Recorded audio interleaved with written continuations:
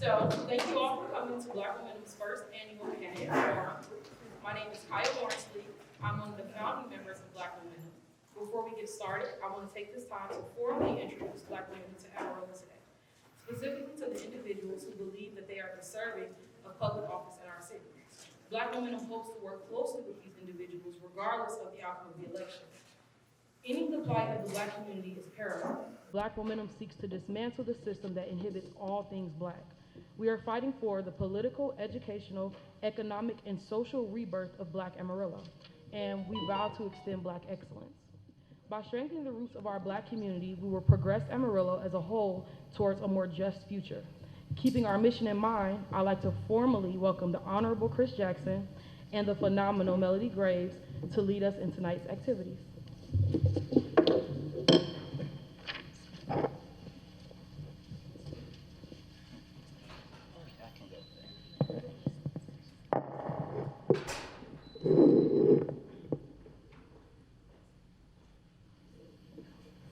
Hello, y'all can hear me? My too soft voice? No, I got it. All right. Thank you, Kyle, for the introduction. Today's forum will be a debate format. Each candidate will be asked different questions, but all candidates will be allowed to respond if they desire.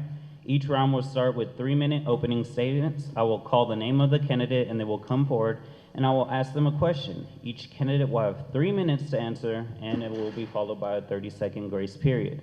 After their response, if any candidate wishes to offer an answer or a rebuttal, they will have 1 minute to do so with a 30-second grace period as well. We will allow 1-minute rebuttals until no candidate has anything left to say before moving on to another question. We welcome the audience to submit their questions during the debate, and we will try to prioritize those questions, and I will be keeping time as Melody Graves tries to regulate and maintain those questions in their format and their order. Earlier today, we randomly selected the order of the debate, and first up will be place 4, followed by place 1, place 3, and place 2, and then the mayoral candidates will be followed up as the last people to speak. With that, will the place 4 candidates please report to the stage?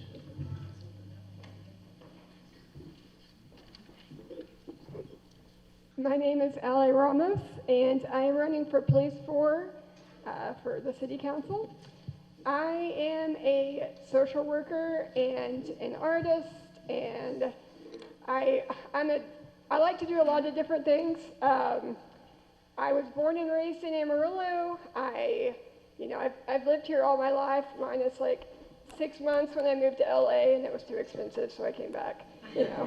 And I love it here. This is my hometown. This is my little community. I found that I have like a niche in social justice topics. I really enjoy speaking up for people. I enjoy showing people how to use their voice if they're afraid. And I really hope that in my experience in running, I hope that I encourage other people who might not feel confident in stepping up and getting into the political field, no matter what kind of position that might be. I hope that they can talk to me, or I hope that they can see and kind of, get the courage to do this, because it is scary, and but once you jump into it, it's a little easier. So. I'm Sharon Delgado. I'm a lifelong resident of Amarillo. In fact, about 2 miles that way, I grew up going to Forest Hill, Travis, and Paladar. In fact, I always say that I grew up living 4 blocks off the boulevard. I grew up and went just northwest, and now I live a block and a half off the boulevard still. So I'm born and raised in Amarillo. I went to Paladura. I went to Emerald College, got my associates there, and then on to WT to get my elementary education certification. I've taught for 25 years, or really I've been in education 25 years. I taught at Bowie for 5 years, and then I went right into behavior counseling. For 5 years, I was a drug and violence coordinator or prevention coordinator. So I, especially growing up where I grew up, and even in my own family, addiction is a big issue with me. I really want to focus on making sure that everybody has access to addiction or prevention for their family members. The last 17 years, I've been a behavior intervention counselor for the school district. So I've traveled around. I had the Powder cluster for probably 7 years. Last 10 years, I've had the Caprock cluster. My husband and I have been married 35 years. We're in fact married right down the street. Our church is at 1509 North Adams. We've attended it there 35 years. Well, really, he's attended since the 60s, since he was born. He's always went to St. Martin's. We raised our 4 daughters going through there. Our daughters are grown.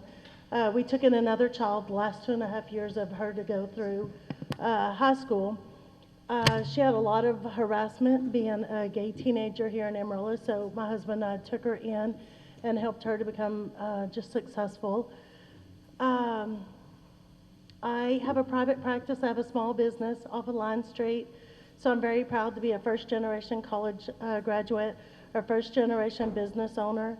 In that business, I have 7 other therapists in there, and what I do is help other women become business owners. I'm very proud of being a builder of people.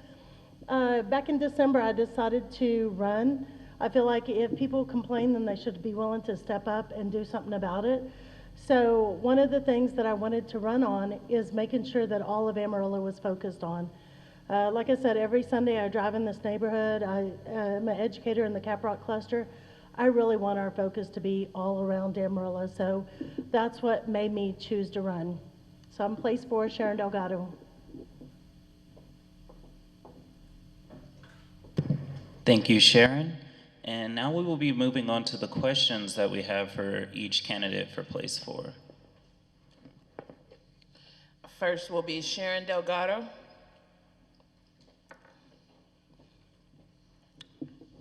You have noted your skepticism of the city's plan to install internet across the city. What are those concerns, and how do you think we should address the problem with so many citizens with having the access to the internet? I am a big believer in making sure we do our due diligence and research. It sounds like an attorney word. I'm so sorry. That's not my word, but as a counselor. But the only reason I raise any skepticism about it, one time we was in Nazareth. I have a lot of friends in Nazareth. I have a lot of friends in Dalhart, like Groom. Being Catholic, you kind of go to these events with the other churches. One day I'm driving through Nazareth with some of our friends over there, and this is what my concerns were with that. Derek and Tasha are driving past these big towers, and they said they got breast cancer. That family right there has lost a kid over cancer. What Nazareth realized is that those towers were so powerful that they were causing some cancer. So now I think the new ordinance is like 1.5 miles of those. I have friends out on the Dumas Highway, and what the towers has affected their land with their animals and stuff. So my biggest concern is let's just make sure that it's safe, that frequency, and I want us to, I think some of the research says it's unknown. I want everybody to be safe in that process, and let's just double check it and make sure before we move forward. I think after 16 hours of like getting to know these people that I'm running with, is to make sure that, will you be charged taxes on it? Is there anything really such as free? So that's some of my questions. Once I make sure that health stuff is really safe for us, absolutely, but I don't want to be where people who can't afford to move away from that tower or that frequency are stuck with that in their backyard. So that's my only concern. Thank you, Sharon. Allie, would you like to respond as well? Yeah, I am in support for the internet all across Amarillo, because I feel like, I don't know all the details of it, but I feel that if people have access to technology, that increases the awareness and education that they're able to receive. So. Thank you, Allie. Okay, the next question again is for Sharon.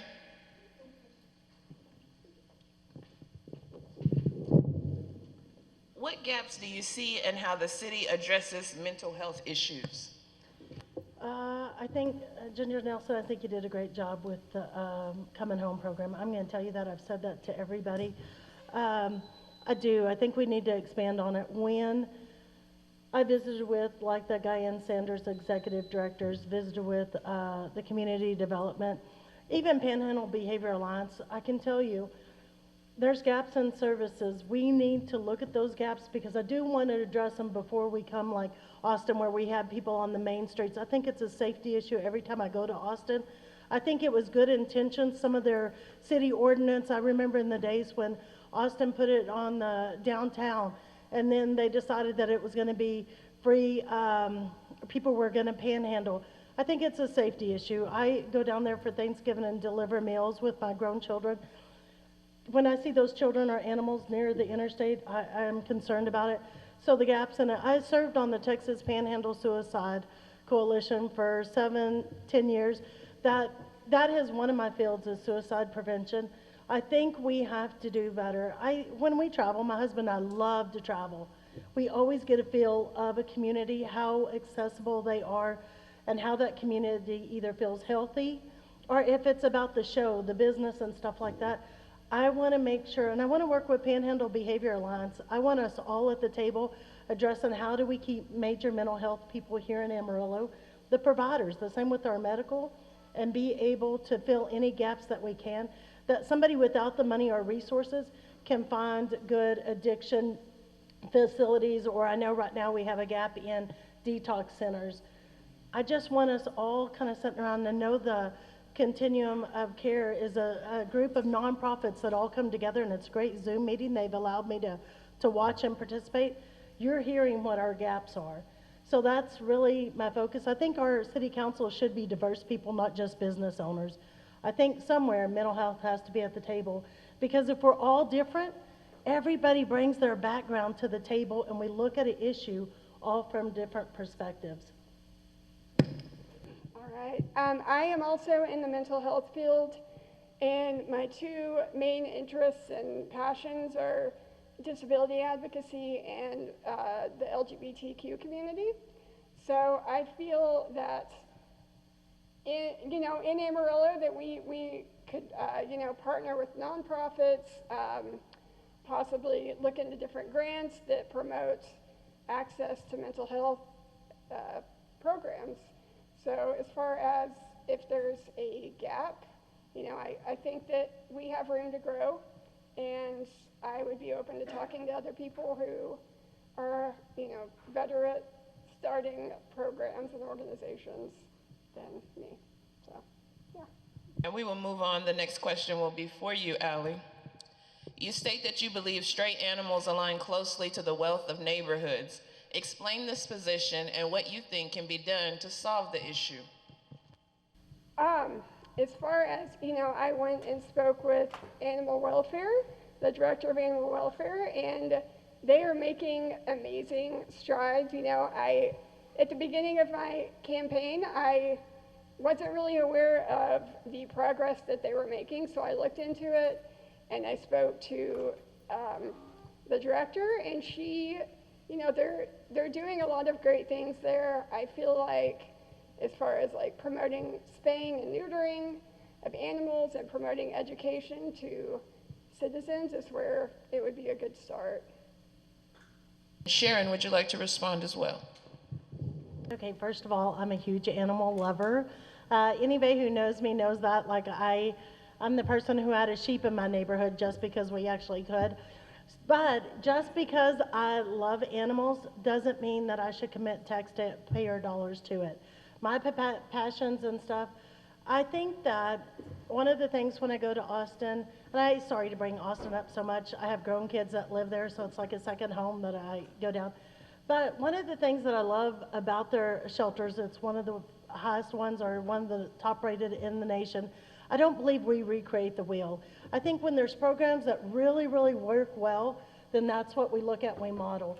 They have a non-kill shelter, but when you go in, like my kids, one of my granddogs, is because of, they had like discount days where it's $15, so Ava was 15. The college kids actually get to go in and walk the pets. They have leashes.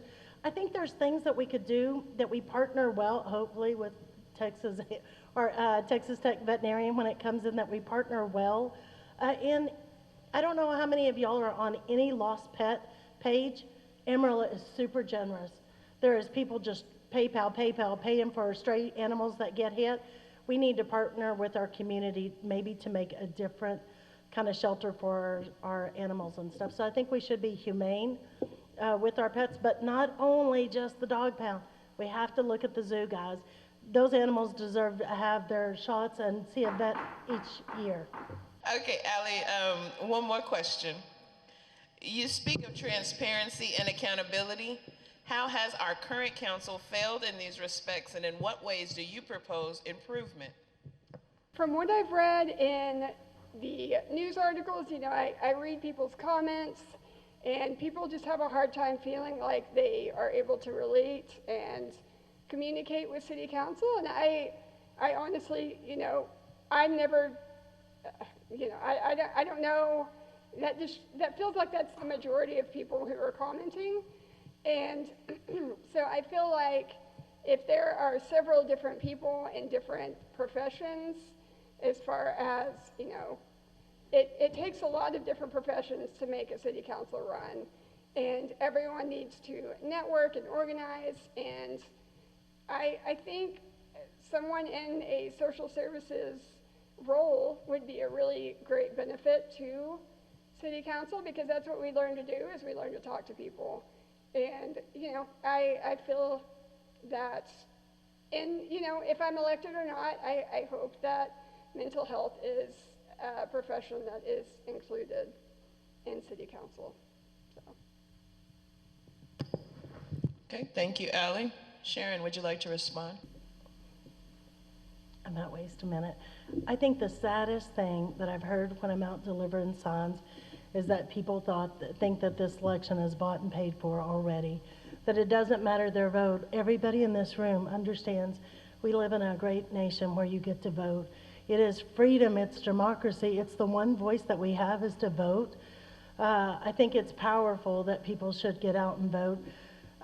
When I was delivering a sign at a fella down the street, said great things about Tom, but he said, even with that, I just think our voice isn't heard. It doesn't matter what neighborhood I go to. I don't know how we do better. I know several of us talked about maybe we need to go out in communities. One of the things that we were talking about, I think it was Chuck and I actually talking, as educators, you don't give up. If you go to an event like this is a success. It doesn't have to be jam-packed with people. Actually, people showed up tonight. So you know what? If we go to an event and it looks like people aren't turning out, we still make that effort. We still go to each neighborhood. I think we have to do different communication. Open spaces is absolutely great. Loved it when I got the email to help. We just got to keep trying different avenues. We have diverse people here that have been persecuted in their countries by their government, so absolutely do they not want to vote or be involved. We got to go to them. We got 30-something languages here in Amarillo. We got to go to them and make them part of our home. They're our brothers and sisters. Alrighty, guys, so now I'm going to be moving over to some of the questions from the audience, and man, do y'all have questions? I'm going to try and list these kind of in the best format to get them all knocked out at the same time. And this one will be starting with Ally, and where'd Titus go? Oh, putting chairs up. All right. So first will be for Ally. And the question from the crowd is, and we do anonymous here, as far as ADA is concerned, how can Amarillo be more accessible?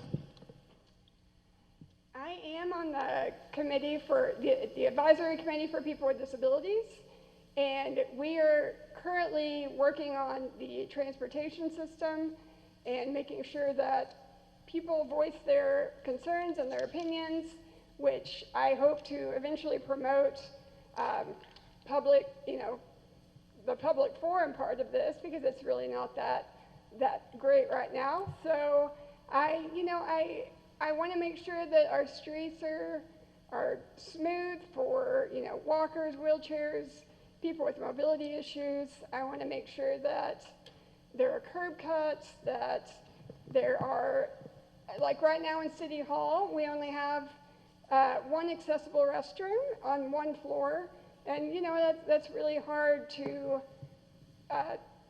access if you have to go up the elevator, So I just want to make sure that there's a point of view where whether it's mobility or neurodiversity. I just want to make sure that we listen to the people who have disabilities. Alrighty, thank you. And just for a frame of reference, these questions won't be followed up by a rebuttal, so to speak, because they're directed from each person in the crowd. Some of these questions are applied to everyone as a whole, so I might throw a few of those in, but I don't want to give other council members a chance to prepare their answers. So won't ask a few at a time, you know? Yeah, because I'm mean. This one is also for you as well, Ali. Again, I'm trying to go them in order, and then there's one for you as well, Sharon. What do you plan to achieve within the first 100 days as a council member? The first 100 days, since I would be new, I would hope to learn the ropes and network and speak with other people who are in, like the directors of different departments, and like the presidents of different organizations, neighborhood organizations, to really see what people are needing and to make sure that I'm accessible and open and easy to get a hold of. So. All right. So for Sharon, how do you plan, and this is in reference to the question about the internet citywide, how do you plan to fund the internet program and monitor the usage as well, if you are to, go through with the program? So how do you plan to fund the internet program and monitor the usage as well? I'm assuming this is in reference to the internet question. Presumptuously, if all of your concerns have been met, how would you execute the program, ideally? I think as an educator, absolutely, internet sounds great for all of us to be able to utilize it. I know there's been some great questions, not mine. See, us educators, we like to give credit to whoever was wise enough to say it. It was one of the people that's running it, was mine. But they brought up, is it competing with our local business people? Does it put our local internet companies out of business? I don't know what your business is, but if the city of Amarillo started to compete with it, would you be frustrated? I think this is a big topic. I don't have the answers, but I think we should ask those questions. Like, is it competing with our local people? I know for my students, or even too, when my internet has been down or something, I use the public library. I don't know all the answers to it, and that's the current city council's plan or about, and I hear that. I hear a lot of people. I don't think my agenda should be pushed. I think it goes back to the community. I think you ask the people who's going to spend the dollars on it, and they really should be the one deciding how the money's going to be spent. So that's what I think about the internet. And then actually, there is one last question for you before you sit down. This one is also a crowd-submitted question. And the question, if I'm reading it properly, is how much have you been involved with any of the 4 neighborhoods concerning their neighborhood plans? And do you live in any of the in those neighborhoods? Do you live in any of them? And do you also contribute to fulfilling the plan for that neighborhood? Okay, that is a great question. So what I think when people ask you, hey, have you been a part of our club? To me, that sounds like you're saying, sit down, you don't have a place at the table. Have I volunteered? My whole life I've volunteered in Amarillo. As educators, it's not about your name getting put out. In fact, I met with a guy, one of the first people I spoke with, and he said, look around this room, nobody knows you, you have no chance. So I thought that was funny. He posted on his social media, I'm a counselor. It's not that you know my name. My name should be, like when I did suicide prevention, people would call me at night in the middle of the night when they have the worst night. It's not about my name being out there, so absolutely have I volunteered. 35 years I've attended St. Martin's. Every May I cook enough food for 200-something people. I've done tons of religious things. I had a child who had a near-death drowning 24 years ago, and God asked me to say yes to anything that was asked. Anybody who knows me, just like my mother at Paladera High School from 1977 to 86, you ask anybody about Kirby Wheeler, and she fed the people in our neighborhood. If you showed up, she fed you. At Paladera, she fed you. She loved all kinds of people. So when people ask me, are you one of these groups? I feel like that's telling me I don't have a place, or I didn't volunteer in the right place, or I'm not part of the right club. I think we have to hear other voices. I think we're all called to serve, so maybe like I'm not in these titles that they've created, but I've spent a lifetime serving Amarillo, and especially as an educator. I mean, I've truly loved my 25 years in education. I had the Paladura cluster for 10 years, 7 years I've had the Caprock cluster. I've done my best to absolutely love the kids that I work with and serve them, so maybe I haven't checked in the right places. That will actually conclude all of the Place 4 candidate questions and debate rhetoric. We thank the candidates for their attendance today. And now it will be time for all of the Place 1 candidates to please arrive to the stage. And we'll be starting with Jason Tillery. We'll allow for your three-minute introduction. All right, good evening. Thank you to Black Momentum for having us out here tonight. We really appreciate y'all putting this on so we have an opportunity to address the community and hear their voice and their concerns. So as the Honorable Chris Jackson said, my name is Jason Tillery. Now, I was born and raised in Fort Worth, and I know that raises some concerns or some questions about why would I want to serve? But I served 20 years in the United States Navy from July of 1999 to July of 2019. When I retired, I moved back here because my children are here. So I have a vested interest in this community. I was stationed here at Amarillo from 2009 to 2012. I worked at the Military Entrance Processing Station on Fillmore, where I wrote enlistment contracts for men and women who wanted to serve their country. That's when I came to fall in love with Amarillo. I've owned a house here since 2012, so even when I was deployed in support of the global war on terror, even when I was doing my last 3 years in the Navy at Fort Bliss in El Paso, I still had a vested interest in this community. I drove up here every other weekend for 3 years to see my kids because I wanted to be, a good father. I wanted to be involved. So I do have a vested interest in this community. I am married to my wife, Tricia, who is right over there. Wave, honey. Tricia and I have been married for almost 2 years, this coming July. She moved up here from Fort Worth with my 4 bonus kids, so we are a blended family. We have 7 kids. She moved up here so we could be a family and be with my children as well. Our whole desire in life is to serve others. And you can find it on my website. I use the term service before self.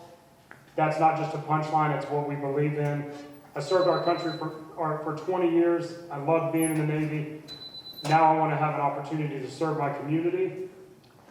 I have a master's degree in business management from Southeastern Oklahoma State University.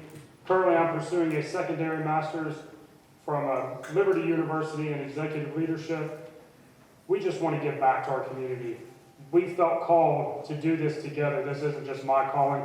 It's mine and my wife and our family's calling to do something for the community. And after serving in the Navy for 20 years and enjoying the rich diversity of men and women that I served with from all over the world, I served with people from all 50 states.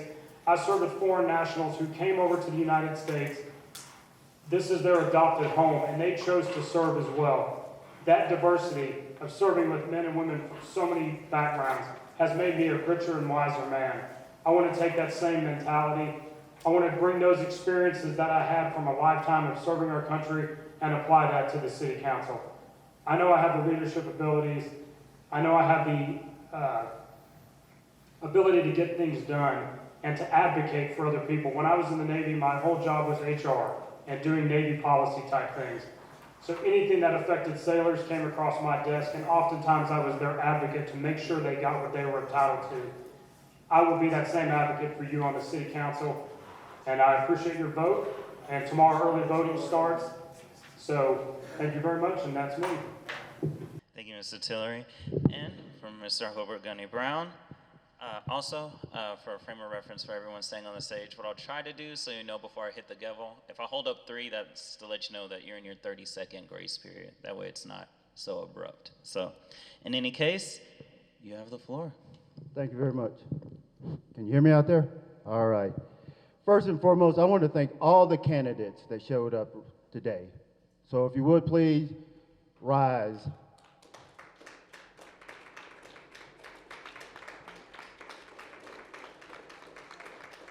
Okay, that says a lot about you right there, that you care about what's going on over here. Myself, my name is Hobart Lee Brown, Jr. I am a retired gunnery sergeant in the United States Marine Corps. What got me into the Marine Corps? Right here. I witnessed my first military individual right here in Amarillo. My parents got divorced when I was when I was 6, out of Delhart, Texas. My dad bought a house for my mother up here, right across the street from Carver. My dad was dropping me off one day. There goes a Navy guy with his little white uniform on. That image still sticks in my head today. That's the reason, as the third vice president of the NAACP, as well as the Armed Forces chair, I'm making sure that every veteran story, alive and deceased, here in the North Heights, Hamlet, East Ridge, San Jacinto story, try to get out there by me doing interviews every week. Now, as I said earlier, I grew up right here on these streets here in Amarillo. When I retired from the Marine Corps in 2004 and moved back here in 2006, my house is 1400 Northwest 10th Street, right across from Carver. And for most of y'all who are in here, you know who lives across the street from there, good old Charlie. So me and Charlie had some good conversations there. You see what you get with me. I'm not one of these individuals that's going to get up here and try to fluff it up, make it look good and everything. I know, just like I tell people earlier, it took me at a young age, at an older age, to realize that when my mom was up here and she'll fix something to eat and she wouldn't eat, it was because she wanted to make sure we had food. These apartment complexes over here, back in the day, there was something, but there was also something going on in there. Up here at my church, Greater Mount Olive Baptist Church, where the fellowship hall, how many people know that that used to be a laundromat? So one of my before we even get to this question, I got 30 seconds, is that I'm big on the rezoning of North Heights. So that's my focus. So let's bring on those questions and let's get the show on the road. Thank you, Mr. Gunny. The first question will be for you, Mr. Brown. I got how long to answer? You have 3 solid minutes with a 30-second grace period as well. Oh, okay. You state one of the chief issues in Amarillo is affordable housing. How would you address this issue? Well, that's a tough question. But I know from experience, my son working at FedEx before he went over to Tyson, he couldn't afford an apartment. We want to get on to our young men and young ladies because they're still living at home right now. But when the minimum income here average income here in Amarillo is roughly $29,000, but when you start looking at rent, you're looking at $1,000. There's no way for these young men. So the only place they can hang out at is in your bedroom. All right? So that one right there, I'm going to tell you right now, it is an issue. And we're going to have to work together on that. We're going to have to. And part of the rezoning of the North Heights would probably alleviate some of that problem. But with that, we got to get developers that want to build affordable housing. We can't get these developers in here that just want to come in here, throw up something, and then put a crazy price tag on it. Hey, go on out there to Sonsi, south of Sonsi. That's where you do that. But we need housing here in the North Heights, Hamlet, East Ridge, and San Jacinto that our young men and young ladies can afford to live in. We can complain all day long about young men and young ladies, 29 and 30-year-olds, still living in the house. But if we're not doing nothing to get them out of the house, they're not going nowhere. We're just going to throw them out in the streets. I know it was an easy talk, but I couldn't throw my son out. I couldn't throw him out. And I did not want him getting a room with a bunch of other people that didn't want to work. So, hey, it's a tough one. We're going to have to work that one there together. Okay, Jason? I had a meeting about a week and a half, 2 weeks ago with the Texas Panhandle Builders Association, and this question came up when I was doing a Q&A session with them. I think one of the first places that we need to start is looking at building codes and how we can renew some of our building codes, cut out some of the red tape. The Texas Panhandle Builders Association said that they are forming a task force to work with the city council and the mayor to address some of these issues and some of these codes that haven't been updated in decades. So, and they said one of their biggest issues, and they want to build affordable housing, is if we could revitalize and renew some of our coding and some of our zoning issues, then we can have developers who come to different neighborhoods and build homes that are more efficient, more cost effective, cost less for builders to build, and provide more affordable housing for the community. But it's going to take work and having those discussions to really look at zoning and coding and building codes and things of that nature. So when our builders come and they start developing newer neighborhoods in existing communities, they could do it as cost effective as possible, because you know that whatever cost they incur, they're going to pass it on to the potential homeowner. So let's revitalize and let's renew those codes to make it as cost effective as possible to build new homes so they are affordable for citizens, so they're not living at home when they're 25 or 30. Thank you. Thank you, Jason. Yes, ma'am. Next, we have another question for Mr. Brown.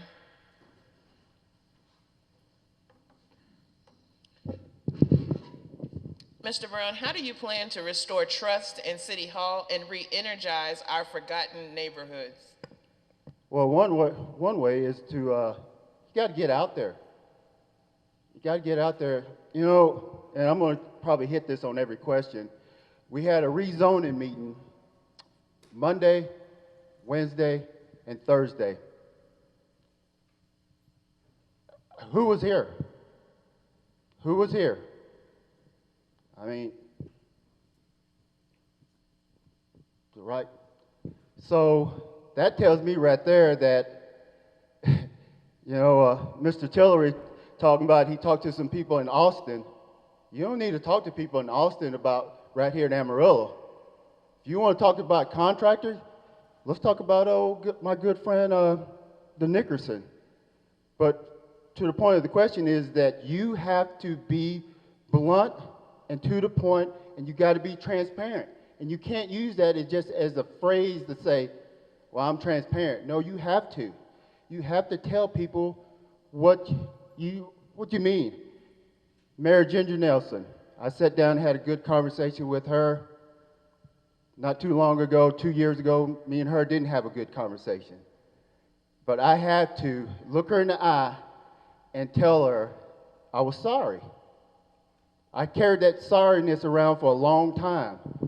Tom Sherling back there, me and him had a falling out. I had to tell him he's sorry. You have to be able to talk to people and admit when you are wrong or you're right.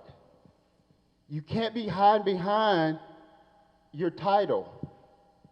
You know, we have people. I had Marines. We were not desk jockeys. We were ground force, go in, and when the bad guys saw us, we was hoping that would be the last person they see. And I had to look those Marines in the eye and tell them, some of you are not coming home. You have to have that same mentality as a city council person. When it comes out of your mouth, you own it. You can't try to fluff it up, make it look good and everything. You have to be honest with them. If there's no money for something. You can't try to put a spin on it. It's just like every single one of us in here are probably parents. We don't lie to our kids. We shouldn't be lying to our citizens. That's how I'm going to bring it. It's like my good friend Lovejoy said one time. He said, you want some honest feedback? You ask Mr. Brown. He's going to hit you in the eye with it. And I'm going to keep on doing that. Thank you. Thank you, Mr. Brown. Jason, would you like to respond to that, please? Yes, real quick, the Texas Panhandle Builders is actually based out of Amarillo, not Austin. Just wanted to clarify that. Now, the question was about restoring trust in city government, correct? Okay, so I think one of the first ways that we do that is make sure the city council meetings are accessible to citizens. Make sure that they know what's going on. I've heard some candidates say that like they can't find the city budget and they haven't been given access to that. City budget, if you do a Google search for Amarillo city budget, you're gonna find it, and I believe the city website lists like the last 7 years. I used to tell my sailors, and I believe in this, that leadership comes down to 3 things if you want to be effective. Make a decision, own your decision, and accept the consequences thereof. So when the city council makes a decision, and I appreciate Mayor Nelson, every time that she's been asked a question, she's said why they made the decision, she's owned it, and I know that the city council has accepted the consequences. So I want to make sure that I have that same type of mentality, and that you know, we are transparent and open. I know that people throw that word around, but I think it comes down to starting a dialogue with people. Like I was invited by Black Momentum several weeks ago to attend one of their meetings. My wife and I showed up because when you start having those tough discussions and answering tough questions, that's when things actually start changing. Thank you. Oh, so this upcoming question right here. All right, we'll be starting with Jason Tillery. This is for you. You speak a lot about accountability and transparency. In what ways in the city council is the current city council failing, and how will you improve? Yes, that would be yes as well. I don't ever like to say that anyone's failing. I think there's always room for improvement. I think COVID kind of slammed the brakes on things that were going on. So I think now that as we're coming out of COVID and Governor Abbott has rescinded some of the restrictions, I would like to move the time of city council meeting to a time when more people can attend.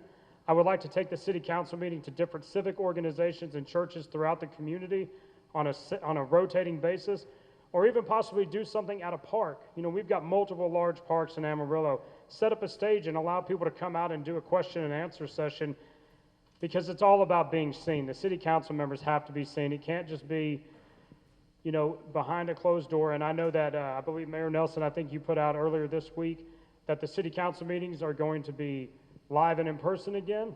Didn't you say that? Yes, ma'am. I thought so. I wanted to make sure I didn't misquote you.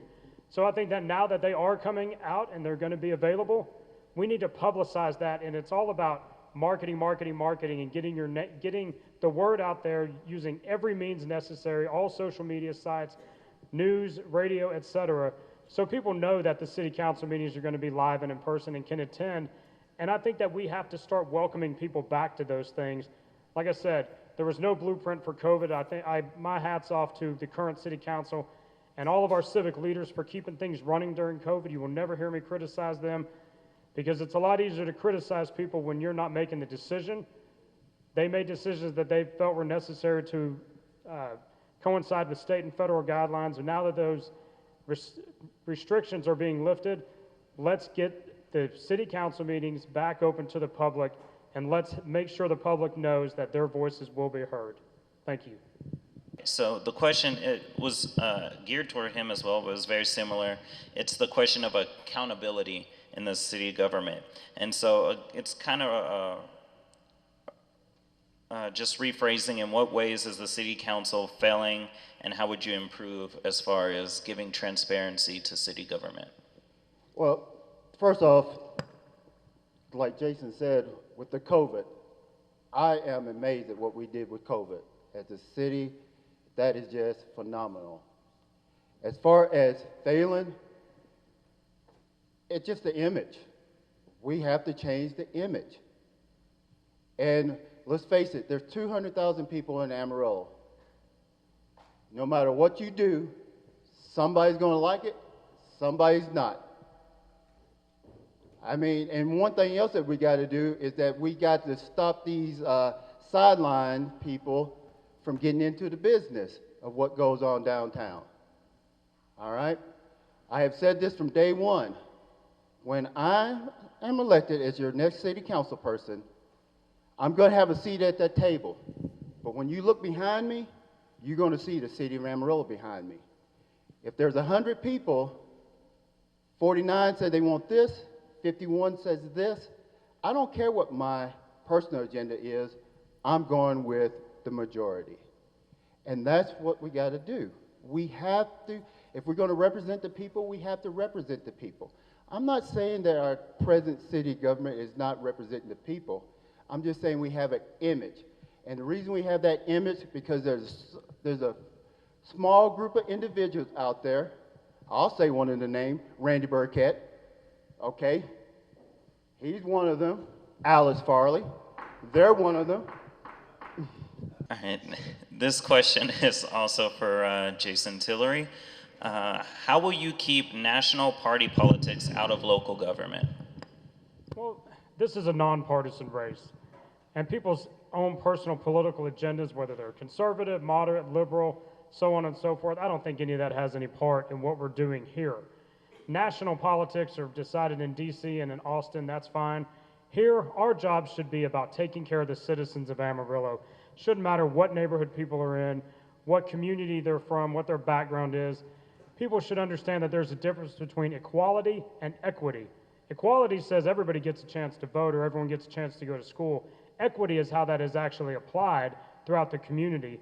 So I want to make sure that services are provided equitable across the community, make sure people have what they need, and I'm going to leave my own personal national philosophy or on politics at the door and do my best to represent the citizens, because that's what I want to be elected to do, is to be a servant leader. And however people feel or whatever my personal feelings are on one topic or another, that is irrelevant when I'm representing the city of Amarillo. Thank you. All right, and you get your response. Okay, most people in here that knows me knows I run hard with the elephant, all right? As a Republican. However, though, my natural politics have nothing to do with Amarillo politics. Because let's face it, the first question about affordable housing, it knows no line. Let's talk about the Amazon being built here in Amarillo. Every person needs a job. So that's it. Natural politics, there are some things that I am strong on natural politics, but those will never come into play within the city of Amarillo because they are too big on the national stage. That's what we have Ronnie Jackson for, Senator Cruz, Greg Abbott, and all those. Natural politics need to stay at the national and state level. City politics need to stay at the city level. And I will never confuse my conservative Republican views with. If you come to any one of my little gathering, you see a sea of different people there. So that tells you right there that most people know that how I feel. I'm gonna let you gavel. 1, 2, 3, 4, 5, 6, 7, 8, 9, 10. Come on. We have, now I'm going to be moving over to some of the crowd asked questions. And actually, we'll start with Mr. Gunny Brown on this one again, and then we'll cross over to Jason. Again, anonymously from the crowd, how can community organizations like the NAACP and other community organizations become more viable to the overall Amarillo community? So all organizations, not just NAACP, even Black Momentum, how can we be more viable to the overall Amarillo community? Well, that's a good question right now because I get to put in a plug for the NAACP as their third vice president. One thing that we're doing is that we're showing the community that we're there for you. We're not there against you. We're there for you. And the first thing that we did was that we changed the narrative. It's not the Amarillo branch North Side NAACP.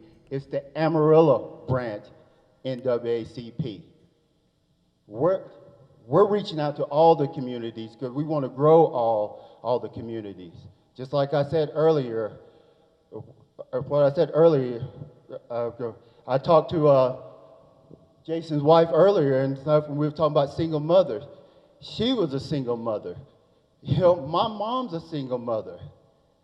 There's no party lines there. We, as organizations, need to quit getting focused in our little box and realize that we need to help different people out there. We need to expand. And we can't sit on the sidelines and say, okay, they're going to come to us. We got to go to them. Just like they say in the Bible, you know, Jesus didn't sit in one place and waited for the sinners to come to him. He went to the sinners. All right? So, how much time I got left? Actually, I have 2 minutes. Still left. Still 2 minutes? Yeah. I don't need it. So the question is, how can community organizations like the NAACP and other community organizations become more viable to the overall Amarillo community? Okay, I have a firm belief that if you want to know what is going on in the city and what people need, you have to go to those organizations to find out what the real issues are. If you live in, like I live in Puckett West, so I live real close to Westgate Mall. The needs and concerns of people in that neighborhood are going to be different than in North Heights or San Jac or the Barrio. So it is incumbent upon the city to go to those organizations and work in conjunction with them, not in competition, but to ask those tough questions saying, what do you need? What are you lacking? Do you need more sidewalks built in your community? Do you need more lighting at city parks so things are safer for families when they go out at night or early in the morning? It is all about being accessible, going to those neighborhoods, and using the tools and talents in those neighborhoods to find out what is actually needed by those communities and asking questions. Instead of just assuming that you know the right answer, you've got to ask the questions. Every time that I transferred from one command to another and went from one ship to a shore command or whatever, I started doing my homework before I ever even left one command to go to another to find out what the mission of that command was going to be, how I could be effective. And as a city councilman, as city leaders, that's what we have to do. I have met with multiple city department heads and different organizations, and I guarantee you, none of them have just outright called me to come, but I went to them instead because they're the ones in the know, and I need to know what they need so I could be effective. And that's the only way the city's going to be effective.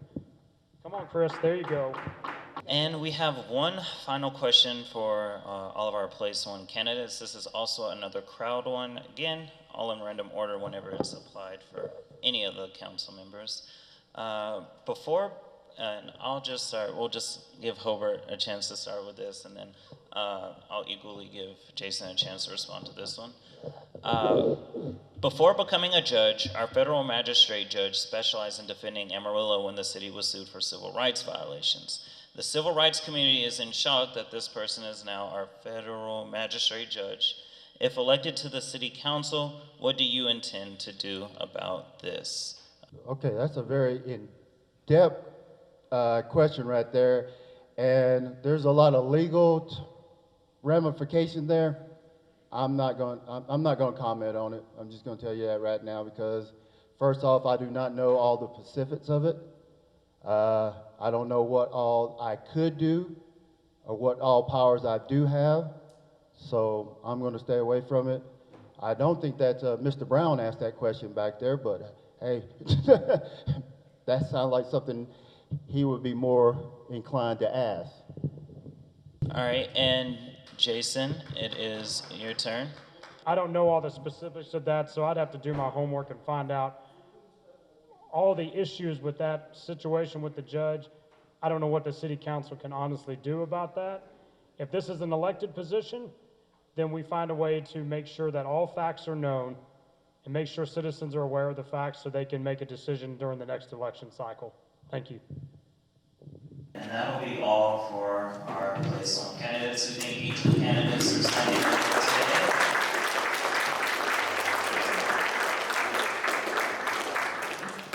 Alrighty, and now we will be having our Place 3 candidates come to the stage. I will let everyone know for a frame of reference, after our Place 3 candidates get through with their public forum debate, which we're averaging about 30 minutes allotted for each space, we will have a 10-minute intermission so everyone can get up, move, and do everything that they need to do.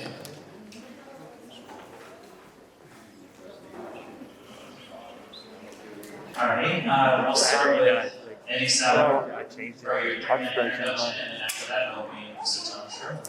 Thank you very very much for doing this. I appreciate this opportunity. I think it's a great format to really kind of get an idea of who we are. I'm Eddie Sauer. I am currently the place 3 city councilman for the city of Amarillo. By my profession, I'm a dentist. I grew up here in Amarillo, graduated from Canyon High School, went to Gene Elementary, and then on Canyon High School, went to WT. I graduated from WT, degree in chemistry, then went on to dental school at Baylor. And in the meantime of getting ready for going to dental school, I married my wife Tina, who's here. She's the one who keeps everything going. 4 daughters. Our oldest daughter's 35, and we've got 3 daughters that are 26.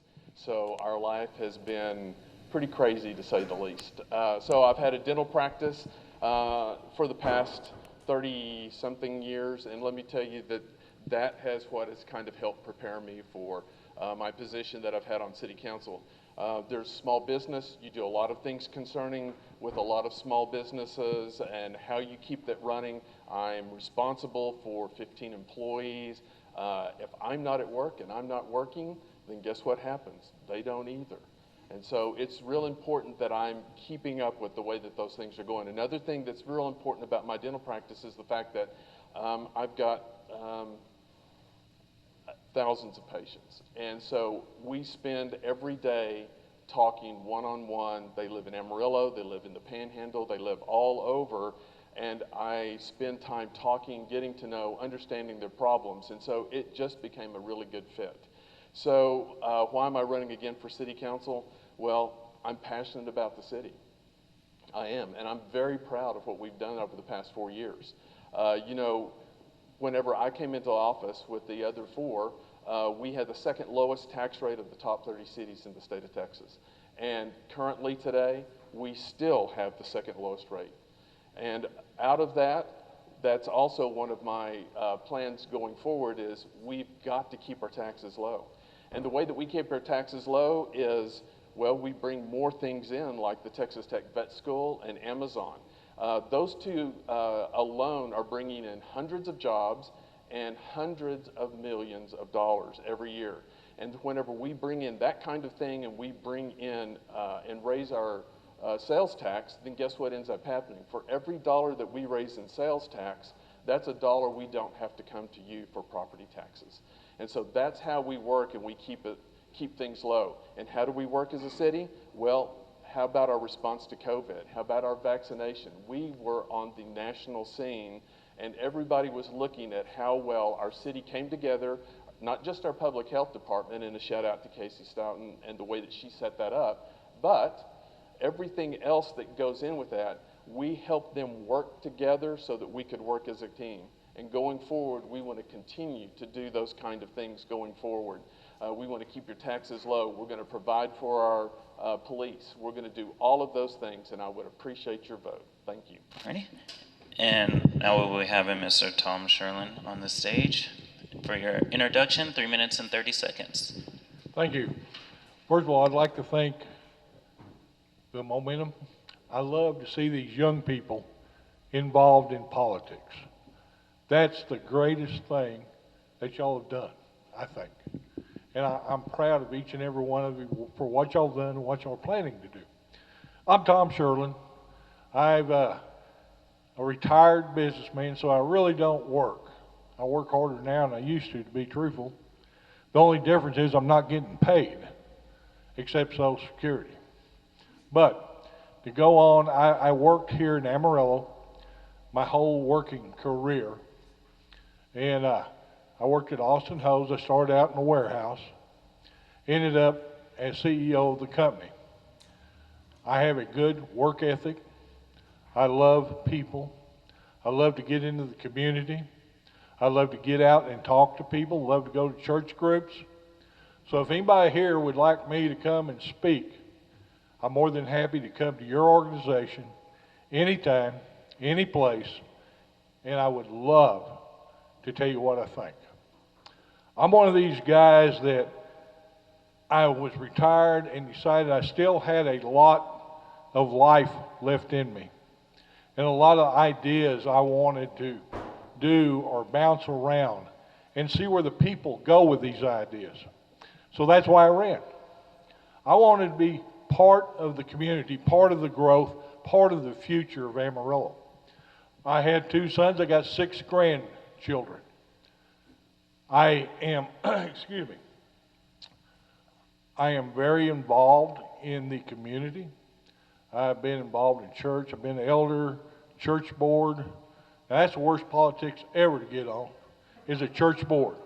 I think anybody that's ever been there knows that. So, anyway, but I mean, I've done those things. I worked in school, taught T-ball teams. I was a scout leader. I've been in Boy Scouts for over 40-something years. These are the things I want to bring. I'm a volunteer. I've ran a lot of boards.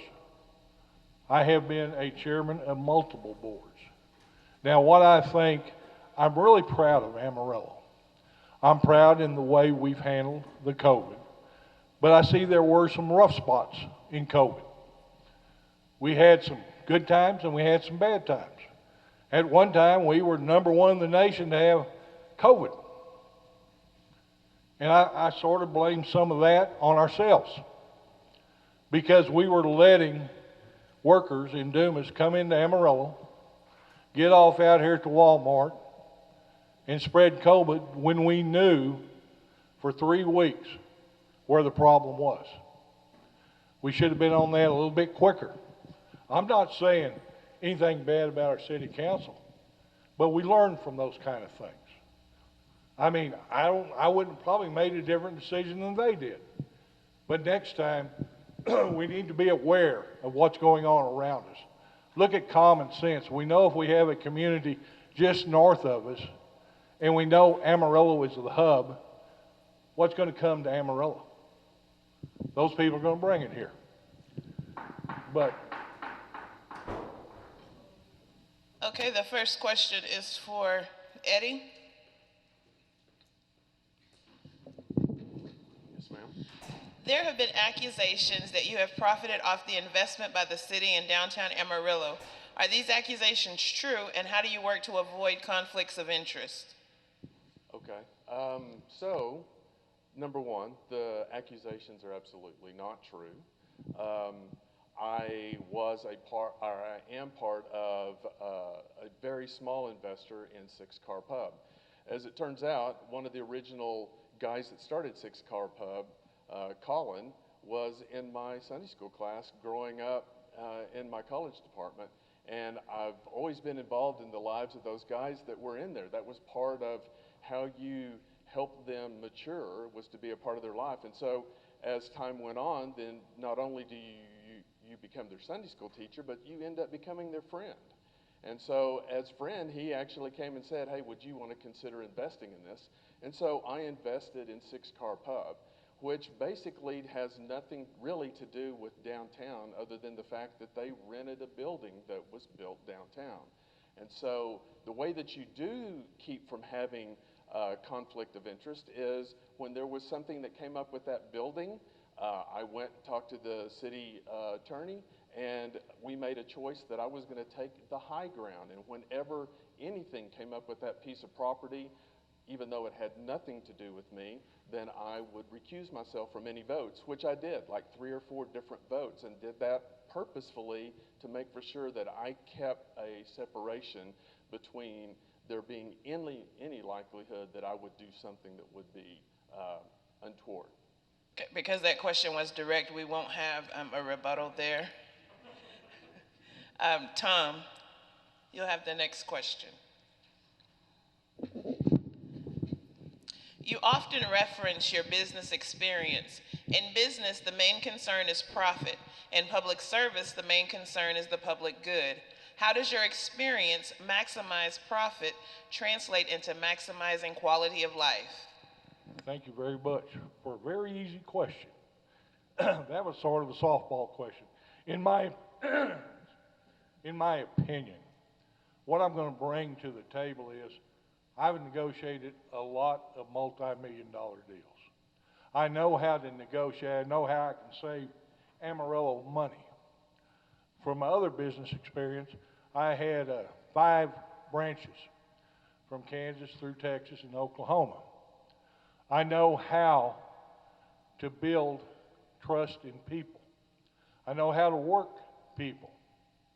I also know how to be a part of 5 different communities and fit in. These are the things. And then when I was CEO, I just didn't go in the front door of my branches. I went in the back door because I wanted to know what the people thought. I remember when I first started, became CEO, I'd go in the front door and the manager would tell me, hey, everything's great here. Everything's good. Then I started going in the back door. The story wasn't quite the same.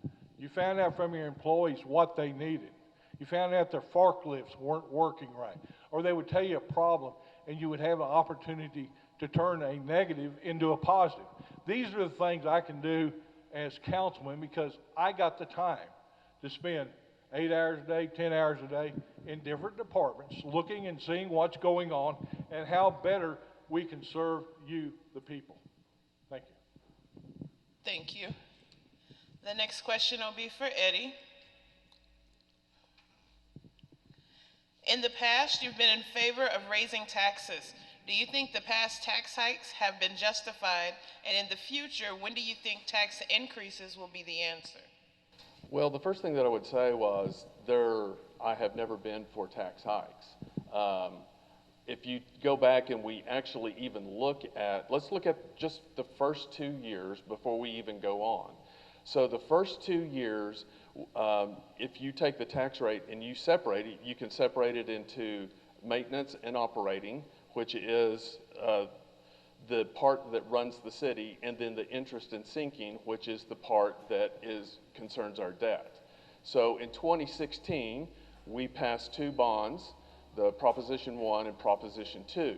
Now then, whenever we then had to set up the structure for how the tax rate was going to be set, we did not change the tax rate in either one of those years. It stayed exactly the same.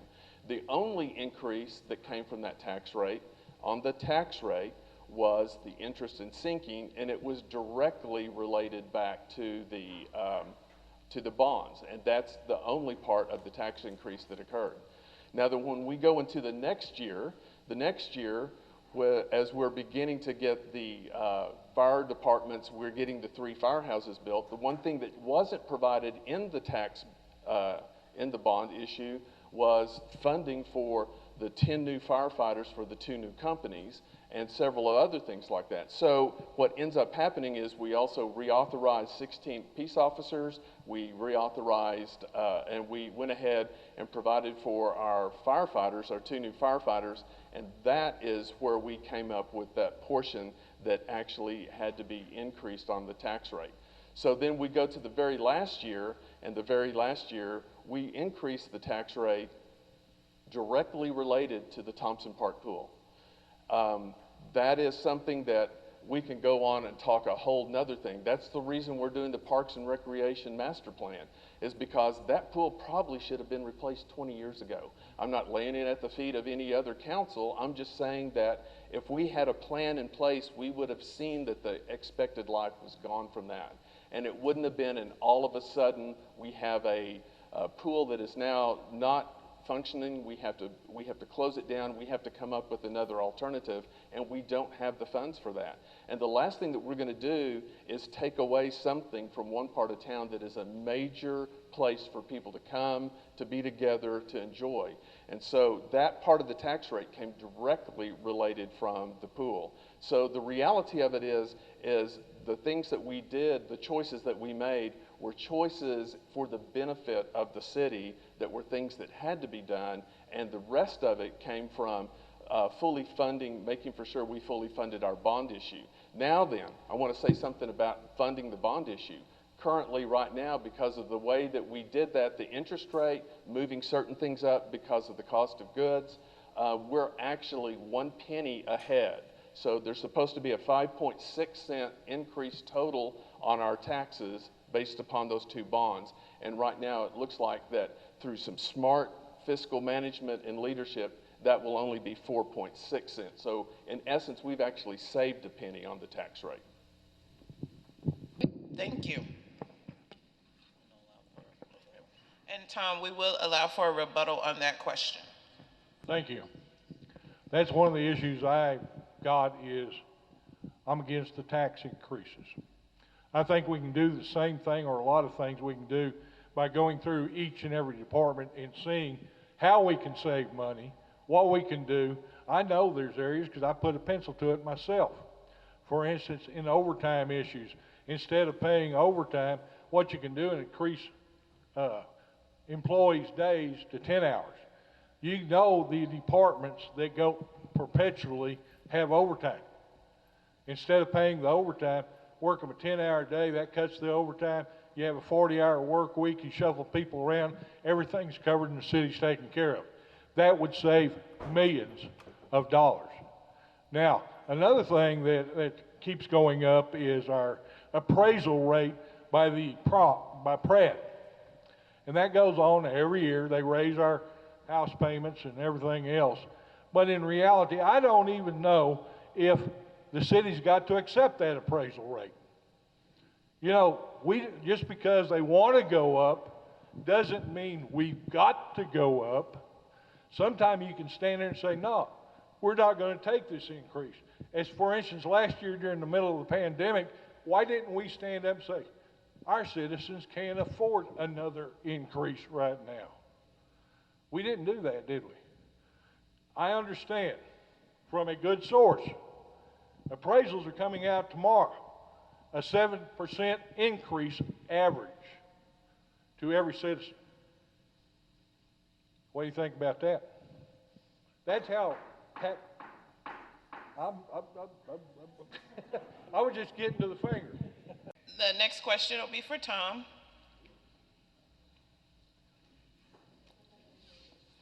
Part of your platform,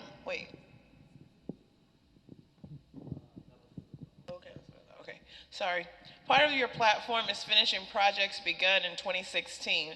Specifically, what programs need to be finished and how would you speed up the process for future projects? Thank you for another softball. To be truthful, in 2016, we spent so much on a bond issue. Right now, there's $57 million that was not spent to improve your roads. Now, our commission says they're going to get improved this year. It's going to be done.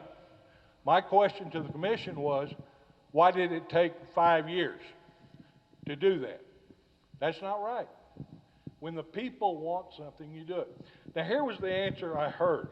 Well, when you vote for a new issue, we got to make a plan. Then we got to do the research and find out who the contractors are going to be. My opinion, if I put out a bond issue to you, we will know what it's going to cost. We will know who the contractors are. And if the city so approves it, we'll be to work Monday morning. Nothing should take 5 years. That is a sham on the citizens of Amarillo. And if they tell you otherwise, I'll take them to test for it, but that's the truth. That's all. Okay, Eddie, you can respond. Thank you. I appreciate the ability to respond on that. Okay, so now then, the next part about this is you have to understand exactly how this works. So there are 3 things that do have to happen. Number one, it's just like how this is happening with the loop that's being built. The very first thing that it does have to happen is, it's one thing to say, we're going to replace this street and this street and this street. But the next thing is, and this is approximately how much it's going to cost. Now then, once that's been done, now then, you have to have the engineers, you have to have everything planned out, and you have to have a plan in place for once that's been done. That takes a period of time. Then once that has happened, then you have to let it. So in other words, you have to put it up for bids. And it's a state law that it has to be put up for bids. And you have to give them an X amount period of time for that to happen. Then once that happens, then the project can begin. Now then, here's the next thing. Yes, he's right. There's $57 million left to go. There's only X amount of people that can actually perform a given job on a given day. And so it takes a while to work your way through each one of those projects. And so those projects get let in a specific order so that it is done in a timely manner, it's done in an efficient manner, it's done so that those roads are done well, and so that we don't have problems with them. There's a very specific way that this goes through. And so that's why this is the way it's happening.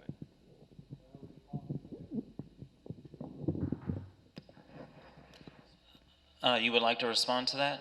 All right, so that, if it's a direct response, let's break it format a little bit, but we cool with that. So what we'll do is we'll just give it a minute instead of a minute and 30. No grace period, just a solid minute. Well, in the real business world, it doesn't take 5 years to do anything. I can build 4 warehouses in a year. I can get bids, I can buy property, I can get it all done. The problem is you got to make it the forefront of what you're doing. And you can say whatever you want to say, that it doesn't take 5 years. I don't know how we come up with a 5-year plan when you go to a citizens and ask for a bond issue. That's not right. I got 30 seconds, thank you. Since this is another direct response. So here's the way that this also, let's be for real, this is the way that it works. When it went before the voters, it was a 5-year CIP award. It was not a award everything and it's all done. It is done in segments. It was put to the voters as a 5-year CIP. It was not put to the voters as a 1-year CIP. It's a 5-year CIP. It's laid out purposefully in that way so that everybody can have everything taken care of in an appropriate manner. There was a specific way that it was set up, and that's the way that it was laid out to be performed. Each of you have given your, you gave your response, he had a rebuttal, you got a minute, he got a minute. So now I'll give you 30 seconds, and then I'll give him 30 seconds, and we end it after that. I'm through. They don't want to hear the truth. I mean, my opinion in this is when the citizens vote, your vote should mean something. No matter what kind of timetable the city commission puts on it, y'all voted for a tax increase. And now you're going to get a tax increase because we're just now spending that money. So you're going to get possibly a 7% increase, then probably, what, 2.5% increase because we're going to spend the $57 million? That's the truth. So look at that, for instance. Thank you. 30 seconds. That's the way that's set out. It was laid out. Everybody was told you're going to have an X amount of an increase this year, X amount of an increase this year, X amount of an increase this year, and X amount of an increase this year. It was straightforward, laid out, nothing hidden, all done. And I'm sitting up here arguing about this, and I'm not even the one who proposed it all. I'm just the one carrying it out. So now we're going to be moving on to the crowd questions, and we have plenty, guys. One of them is about taxes, and we've heard each candidate's perspective on taxes for the most part, so I'll save that. Since it's a crowd one for any of the candidates, I'll save that one for later. I'm going to go ahead and move on to these other questions, and then after that, we'll be getting to our 10-minute intermission, so bear with us. Let me go and knock this over to... No, 3 minutes. All right. So this first one is for Tom. And I'm going to give you a prerequisite to this question because it was submitted quite a time ago. So in your opening statement, you were speaking about the north side, and in that reference, in talking about the neighborhoods, you were talking about those people. And so this question is, who are those people? You have... No, that's fine. Wait, 1 second. Another thing I want to tell to the crowd, you can submit any question, and though we are formal, you are allowed to applaud and you are allowed to disagree openly with certain statements. Should have made that clear before we were this deep, but you are allowed to voice your opinion. But be respectful whenever they're speaking on it. We are going to go ahead and start. You have also 3 minutes and 30 seconds for this as well. Again, who are those people starting? Those people are all of us. To be true. I mean, to me, everybody says those people, those people. We're a community. We're made up of citizens. I hate it. In fact, I had a conversation earlier this evening. I hate it when we say a north side project, an east side project, a northeast side project. These should be Amarillo projects. Why are we trying to cordon off particular neighborhoods? It shouldn't be. We should call it the Amarillo project. And we should take each of those projects and treat them like they were our own. Okay? I don't believe in those people. That was just a slip of the tongue, or whatever you want to call it. If you want to say whatever, I don't know. But the problem is, let's don't go there. Let's go to who we are. We are citizens. We belong to Amarillo. We need to get over and work in every area of town. There's just not certain areas. We should put a focus on where we need to work and follow up with that focus. Let's build a good city. Let's work together. I'm not here to divide, but to bring together. I'll guarantee you, I'll spend more time on the north side, east side. You put me there, I'll be there. I'm not going to sit down and pick and choose. I'll guarantee you that. And you can call me out on it if you want. If I'm not there, tell me. Because I've got the time. I'm not a part-time councilman. I'm going to be a full-time councilman. Okay? Does anybody want to add to that or question more? Our people, yeah. I'll agree with that. I mean, I'm not out to say, I wasn't trying to be racist by any means. We want to go there. I don't have a racist bone in my body. Never have, never will. I tell you, I've done more for all people than I have any particular group of people. Okay? Well, there's another question for you. There's two more questions for you, and then I'll switch over and do the questions for Eddie after that. So this one comes from the crowd. It's a long one. You say you're willing to meet with any organization at any time. During the Freedom First Candidate Forum, you were one of the first candidates to speak with Black Momentum and to express interest in meeting directly with Black Momentum to gain perspective. However, this last week, you were actively blocked the organization in reference to a critique that you could be running potentially a smear campaign against other incumbents not present at the Pioneer Candidate Forum. How can you be effective in a role on City Council if you can't take constructive criticism? I didn't know I didn't take constructive criticism. I've taken a lot of criticism, to be truthful. But I'll tell you this. What some people say constructive criticism, the way the question is posed is not constructive. The way the question was posed could have been an attack. And I will respond to an attack.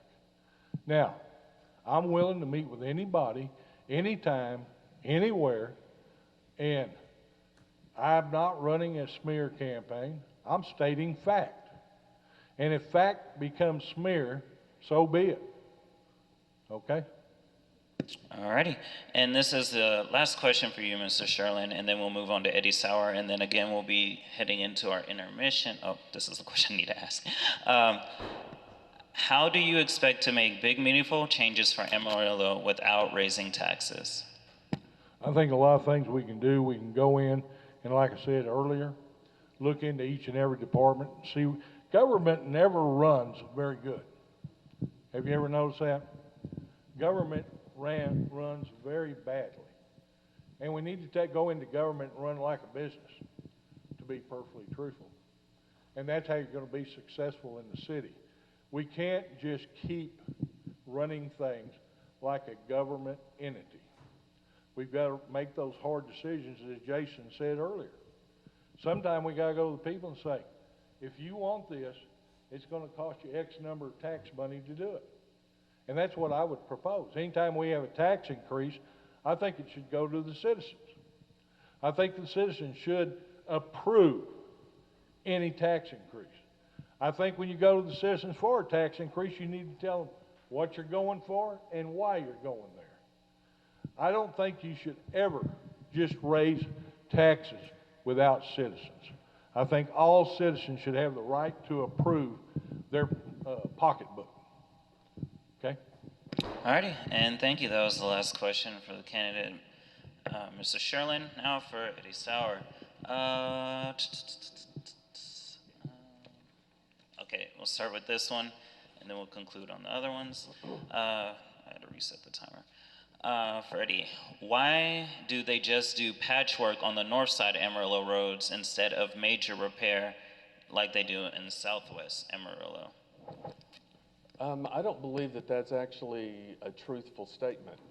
Whenever we went through, and I'm going to go back to the CIP specifically picked each quadrant of the city and worked on that quadrant of the city. And they spent big dollars on the arterials, and then they would spend for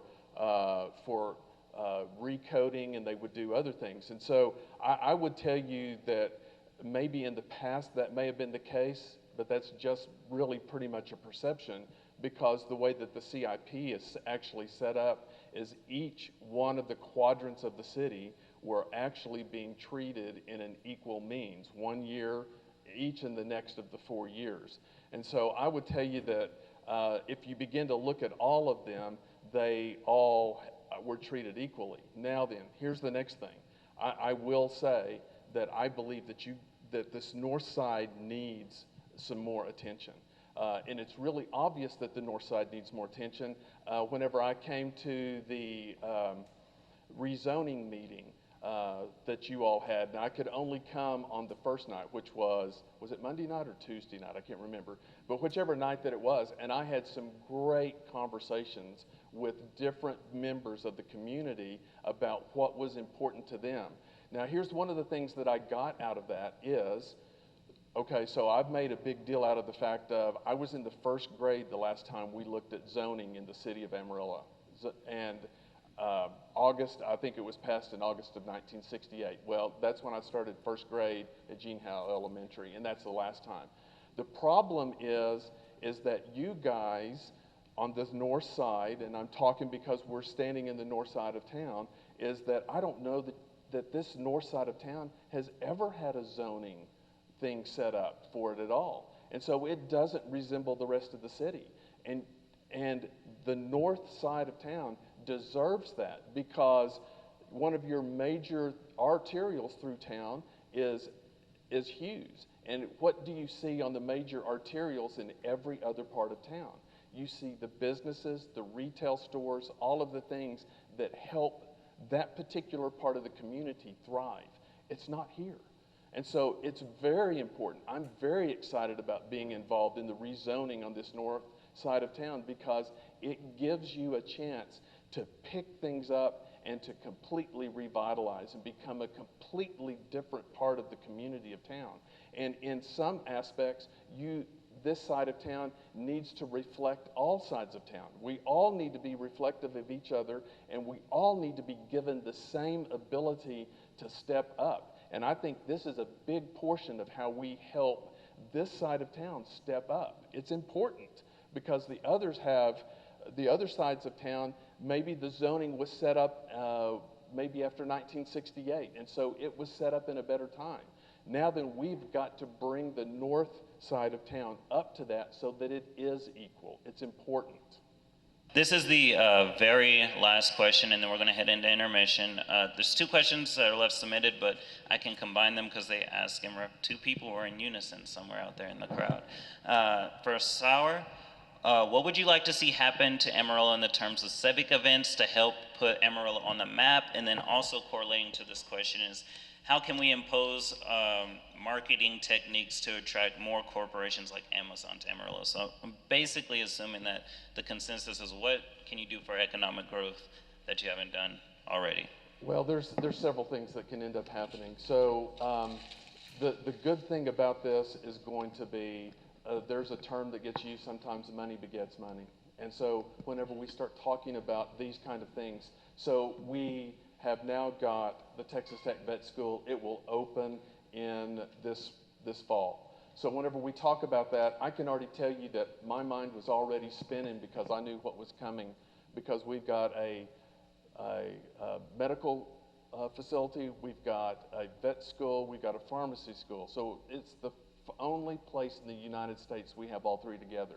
So can you imagine what the research potential is going to be coming out of Amarillo whenever you have all three of those in one place, and they don't have to go to a bunch of different places to get that to happen? It is going to be a phenomenal game changer for Amarillo. Now then, I'm telling you that the Amazon deal, we didn't go look for Amazon. Amazon is out looking for where it needs to go. And Amazon picked us out. Amazon picked us out, if you guys don't realize that. They came to us, and then the negotiations started from there. So what is that telling us? That tells us that our number one commodity in Amarillo is the people. Anybody want to argue with me? We have the greatest people in the country. The second number two commodity is I-40. Let me tell you something. I-40 we have 6 million vehicles going up and down I-40 every year. And that's a big part of what makes Amazon be really good here. Because then you also take 287, which eventually we hope becomes I-27, Ports to Plains, Laredo, all the way to the Canadian border. Now then you've got a major crisscross right smack in the middle of the United States. And we are set up and primed to be great. Now then there's another little bitty thing on the side, and that's the TPID, the Tourism Public Improvement District, that has, a lot of y'all probably don't know about. It got passed in the legislature. We're like the third one in the state.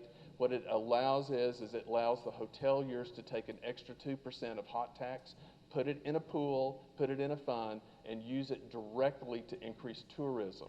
Now then, originally when the guys were talking about it, what they wanted to do was they wanted to look at the entrances to the city and how do we dress up our corridor. So in other words, you know, when people come into your house, you're gonna make your living room look really great, right?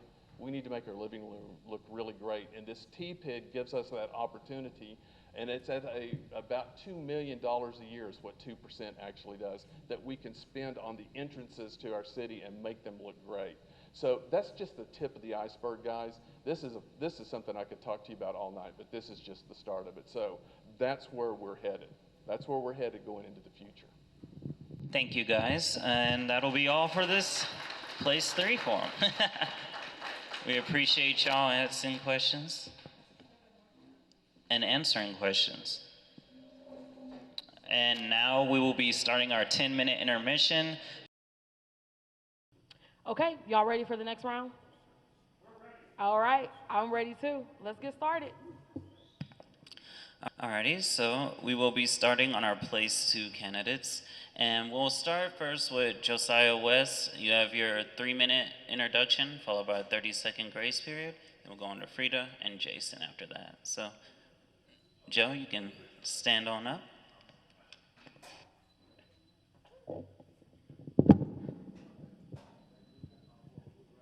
Good evening, everybody. My name's Joe West. I'm running for Place 2 of Amarillo City Council. Big reason why I'm running is I'm a helper. I like helping people, and a lot of the things that I've seen going on in the city, either historically or relatively recently, I don't feel are equitable policies that positively affect all of Amarillo in a meaningful way. And one of the big things I'd like to do if I do get on the city council is I'd like to facilitate those discussions and ask those questions, why these policies aren't equitable, or why the focus of the city as far as where they improve infrastructure at, the money that's spent on those improvements and other things like that. I'd like to ask those questions and get that addressed and try to elevate all of Amarillo to the same level. Thank you. And now for Ms. Frida Powell.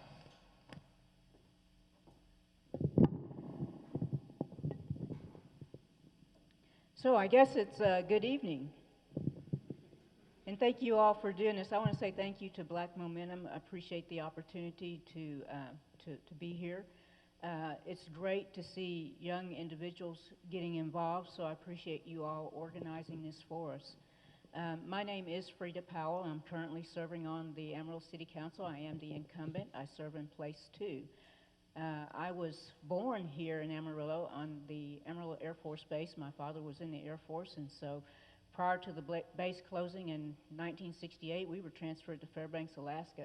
So pretty much the rest is history, but my dad loved the people here in Amarillo, so when he decided to retire, he came back to Amarillo. They had previously built their home here also, and so when we came back, I've been here, I guess I've been back ever since, the mid to late 70s, but I did graduate from Amarillo High, graduated from Amarillo College. I have a degree in business management. My husband Dennis and I, who is sometimes called the Invisible Man, he and I have been married for 42 years, and we have a wonderful daughter. Thank you very much. That deserves a big clap, doesn't it?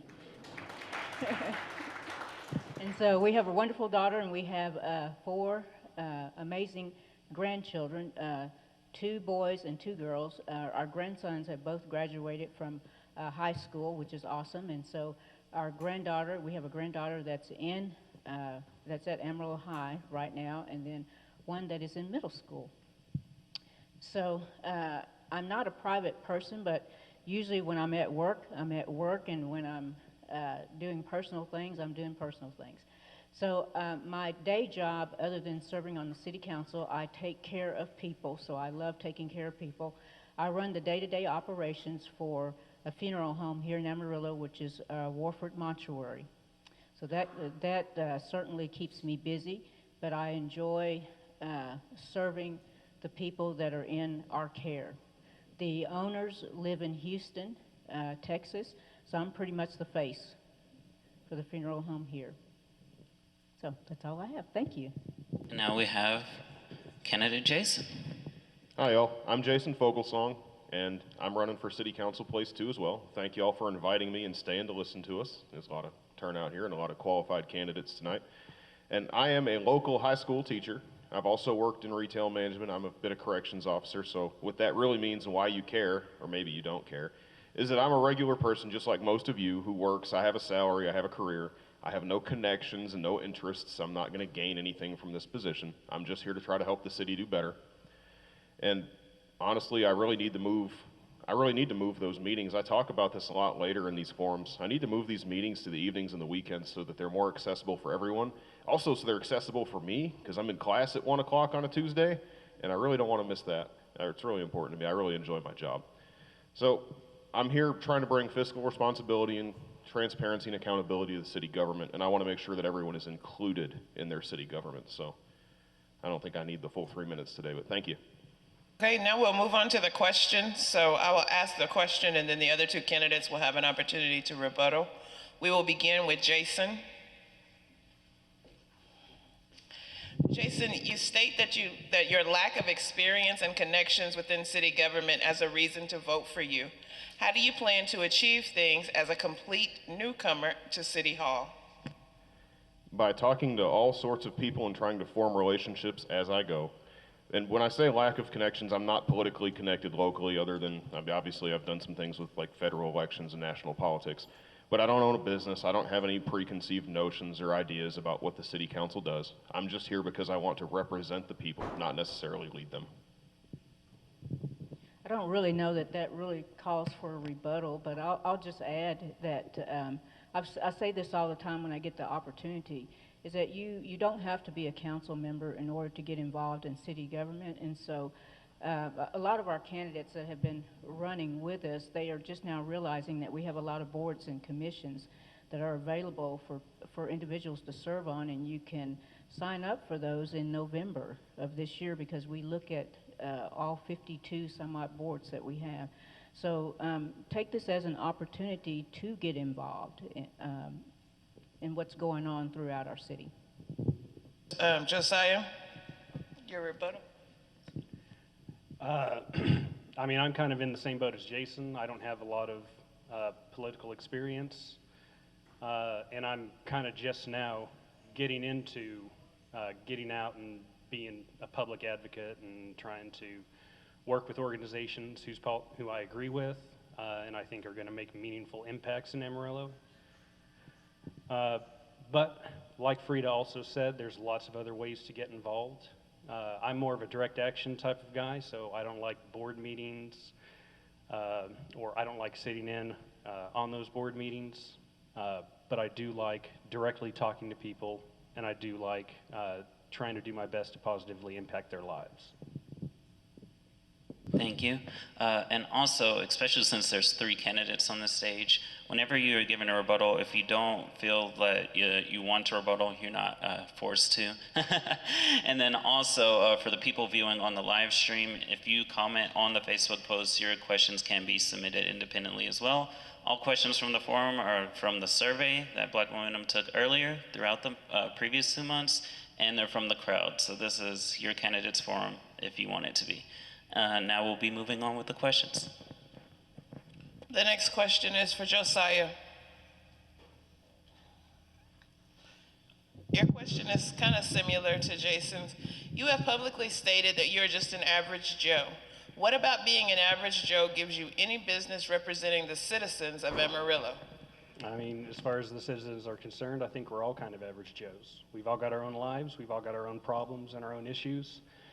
And I think it's up to all of us to step up and start working to improve our lives and the lives of our neighbors. And the only way to do that is to start running. And like I said, I'm trying to work with organizations that I agree with, and trying to work with those organizations to help the citizens that may not be in as good of a situation as I am. So personally, I think if you want everybody in Amarillo to have a good life, I think we should all pitch in and help make that a reality. Thank you. Are there any responses to that? Okay. Now we'll go on to Frida Powell.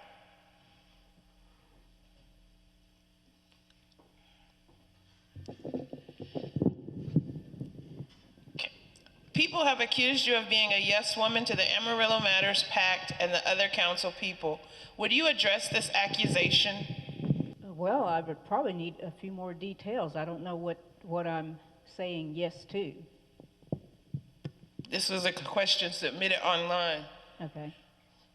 Do you want to go to the next question? Yeah. Okay, let's just go to the next question. As part of your platform, you speak of advocating for North Heights. Let's see, where you are very present. What are your plans to continue advocating for North Amarillo? Well, the plans to continue advocating is to show up and be present in the activities and projects that are happening in the neighborhood. And I certainly believe that I have been doing that since I have been elected, since 2017. We do have the North Heights Neighborhood Initiative that's been going on, also the North Heights Advisory Association. And I will be the first to say I don't take credit for anything, and I know the council previous to us, they're the ones that initiated the North Heights neighborhood plans as well as the others. But I participate in those meetings, especially when I know about them. I do show up. If it's a North Heights Advisory meeting, I show up to that. If it's any other cleanup project, I mean, just whatever's going on, I'm here. And I'm not only visible in the North Heights neighborhood, but I'm visible throughout the city of Amarillo. And I just believe that my record speaks for itself. Thank you. Anybody have any response to that? Okay. So you want to do your question? Go to the second. Jason's. Okay, Jason, your second question.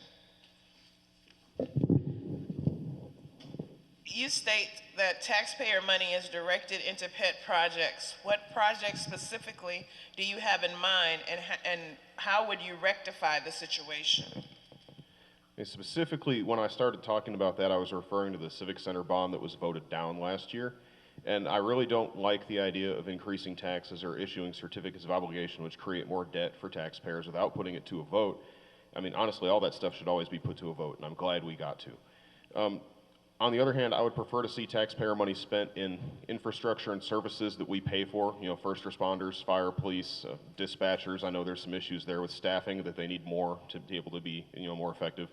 Sanitation workers and all those things that we all pay for that affect our lives every day when we need them the most, we have to make sure that they're there. Was there anybody that would like to respond to that? I'm trying to be patient. Okay, so we've been talking a lot about property tax increases, and so a lot of those are, as been previously stated, they were tied to bonds, specifically the propositions 1 and 2 from 2016, but also in relationship to the Thompson Park pool as well when we issued those bonds. But I just want to encourage you all to say that we don't have to increase property taxes. What we need to be focused on is our sales tax revenue, because that's the biggest piece of the pie that we have. And the only way that we can focus on the sales tax revenue is we have to have things here in Amarillo, such as Hodgetown, that draws people from the surrounding communities that want to come to Amarillo, that want to spend their dollars. And when that happens, they spend, they shop, they eat in the restaurants, they stay in the hotels, and they do any other events or activities that are available. So if we can increase that revenue, that's how we continue to keep our property taxes low. You'd like to add something? Okay, that's fine. Hey, I just wanted to clarify real quick. I agree with what Ms. Powell said about expanding our sales tax base and things and expanding the economy in Amarillo. I just wanted to clarify because it's come up in other conversations. I do think the Thompson Park pool is a worthwhile project. I was referring specifically to large expenditures that don't necessarily benefit neighborhoods. Thank you for that clarification. Are there any other questions, comments? Okay, Josiah?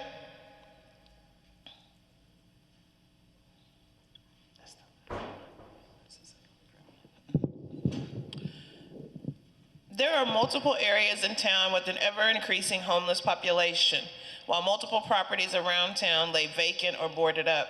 As a candidate in this election, how do you plan on solving Amarillo's homeless problem? Oh, boy. That is a question that will require a monumental amount of effort on the parts of the Amarillo government, on private industry, and as well as organizations that are advocates for homelessness and mental health and addiction. My personal belief, I believe housing is a right. I don't know if Amarillo is ready for that kind of conversation just yet, but I do think that we need, I think we need to recognize just how much of an effort that is going to be, and I think we need to start working towards that. We need to call on private industry, we need to call on housing advocates, we need to try to move money around and do things that are equitable and will get people housed and get people off the streets and get them safe. But all I can really say to that is it's going to take a huge effort on all of our parts in order to do that. Are there any comments or rebuttals following that? No? All right, and then I think we have extra ones. So we do have one additional crowd question, and this will go for all candidates. And I think we can just apply this equally. We'll start with Frida, Jason, and then we'll go to Joe. So Frida, I'll ask you this question first. What organizations are you involved in? Okay, how much time did you say I have? This is a direct question from the crowd. We'll treat it as all the other normal questions, so you have 3 minutes and 30 seconds for this as well. That was really a joke. Oh, no. because I could be here all night telling you how many organizations I'm involved in, but I do serve within the Amarillo branch NAACP. I serve as the treasurer. I have also served on the Access Credit Union Board of Directors. I served on that board for about 9 years, went off a year, went back on, so I know a thing or two about finance. I have served with the Evelyn Rivers Sunshine Cottage on that board. I'm currently a member of Seroptimist International of the Americas, and we have a club here in Amarillo. I've been involved with them for a little over 30 years. I'm currently serving on the international board as a director, which covers approximately 21 different countries. Try Zooming with other countries, and sometimes you can get stuck in Zoom. I've served on the State Bar Grievance Committee for several years. I know a little bit about legal. You see, there's just too many to name. A member of the Amarillo Chamber of Commerce, the Hispanic Chamber of Commerce, Amarillo Women's Forum, Amarillo Republican Women's, Amarillo High Plains Republican Women. Let's see what else. It makes me tired just trying to think of all these. Member of Jenkins Chapel Baptist Church. I serve on the finance team for my church. Let's see. I don't know, or do you know if they were looking for any organizations particularly? Okay. I serve on the oversight committee for the neighborhoods, and then I serve on quite a few city boards as well, so I can go on and on. So if anybody wants to talk to me afterwards, I'll get you a complete list. Thank you, Frida. Jason? I don't know if it's better to go before her or after her. That's a long list. Mine's going to be short, honestly, and the first one, if you've known me, a lot of you already know me, so I do things for Potter County Republican Party. I'm active with them, and I'm also a member of High Plains Republican Women, but that's a fairly recent thing. And the last one is probably the best one, and I can't even really take credit for it because my students do it. So I teach government at one of the high schools here in Amarillo, and I used to send students every Tuesday to do Meals on Wheels routes over in the area, I believe, north of I-40 around Donut Stop all the way out to Eastern. But that's their thing, and I just coordinate that and send them out. But we haven't been able to go since COVID restrictions started, so I don't know when that's happening again. Thank you, Jason. Josiah? As of right now, the only organization I'm actively working with is Black Momentum. One of my big projects for them. One of my big projects that I'm helping them with is we're trying to build a community garden, and I do a lot of work with my hands. I'm not really good with a lot of things, but I'm pretty good at a lot of other things. So I love working with my hands, and I try to help in that aspect.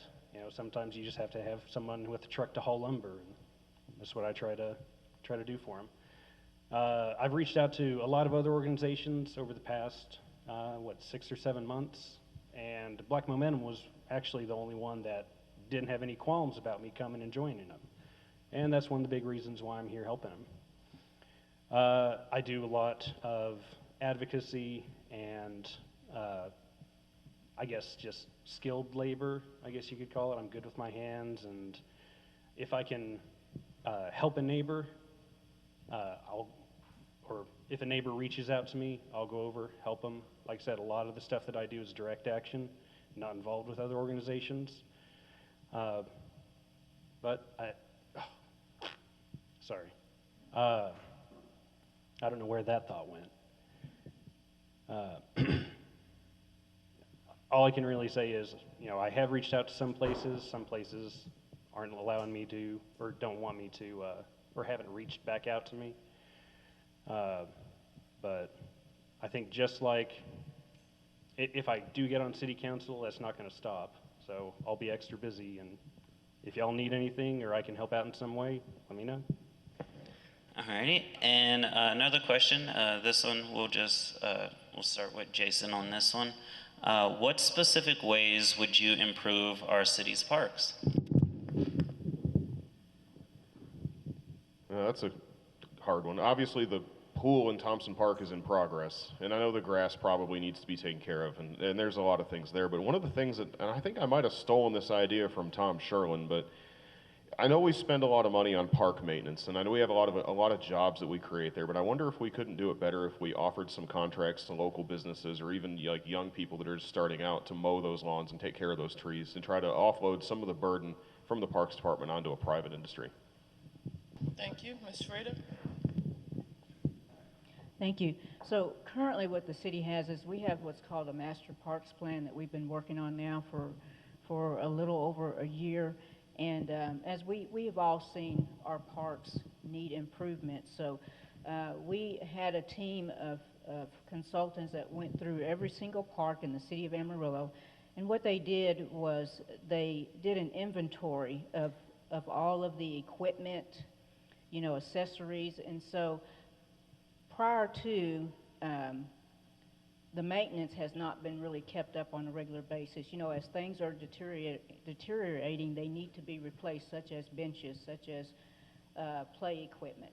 And so with us having this master parks plan now, that gives us an opportunity to be able to do that more on a regular basis and going forward, and for us to be able to prioritize our budget, allocate funds towards the different parks that need equipment replaced or things repaired or sidewalks repaired or whatever the case may be.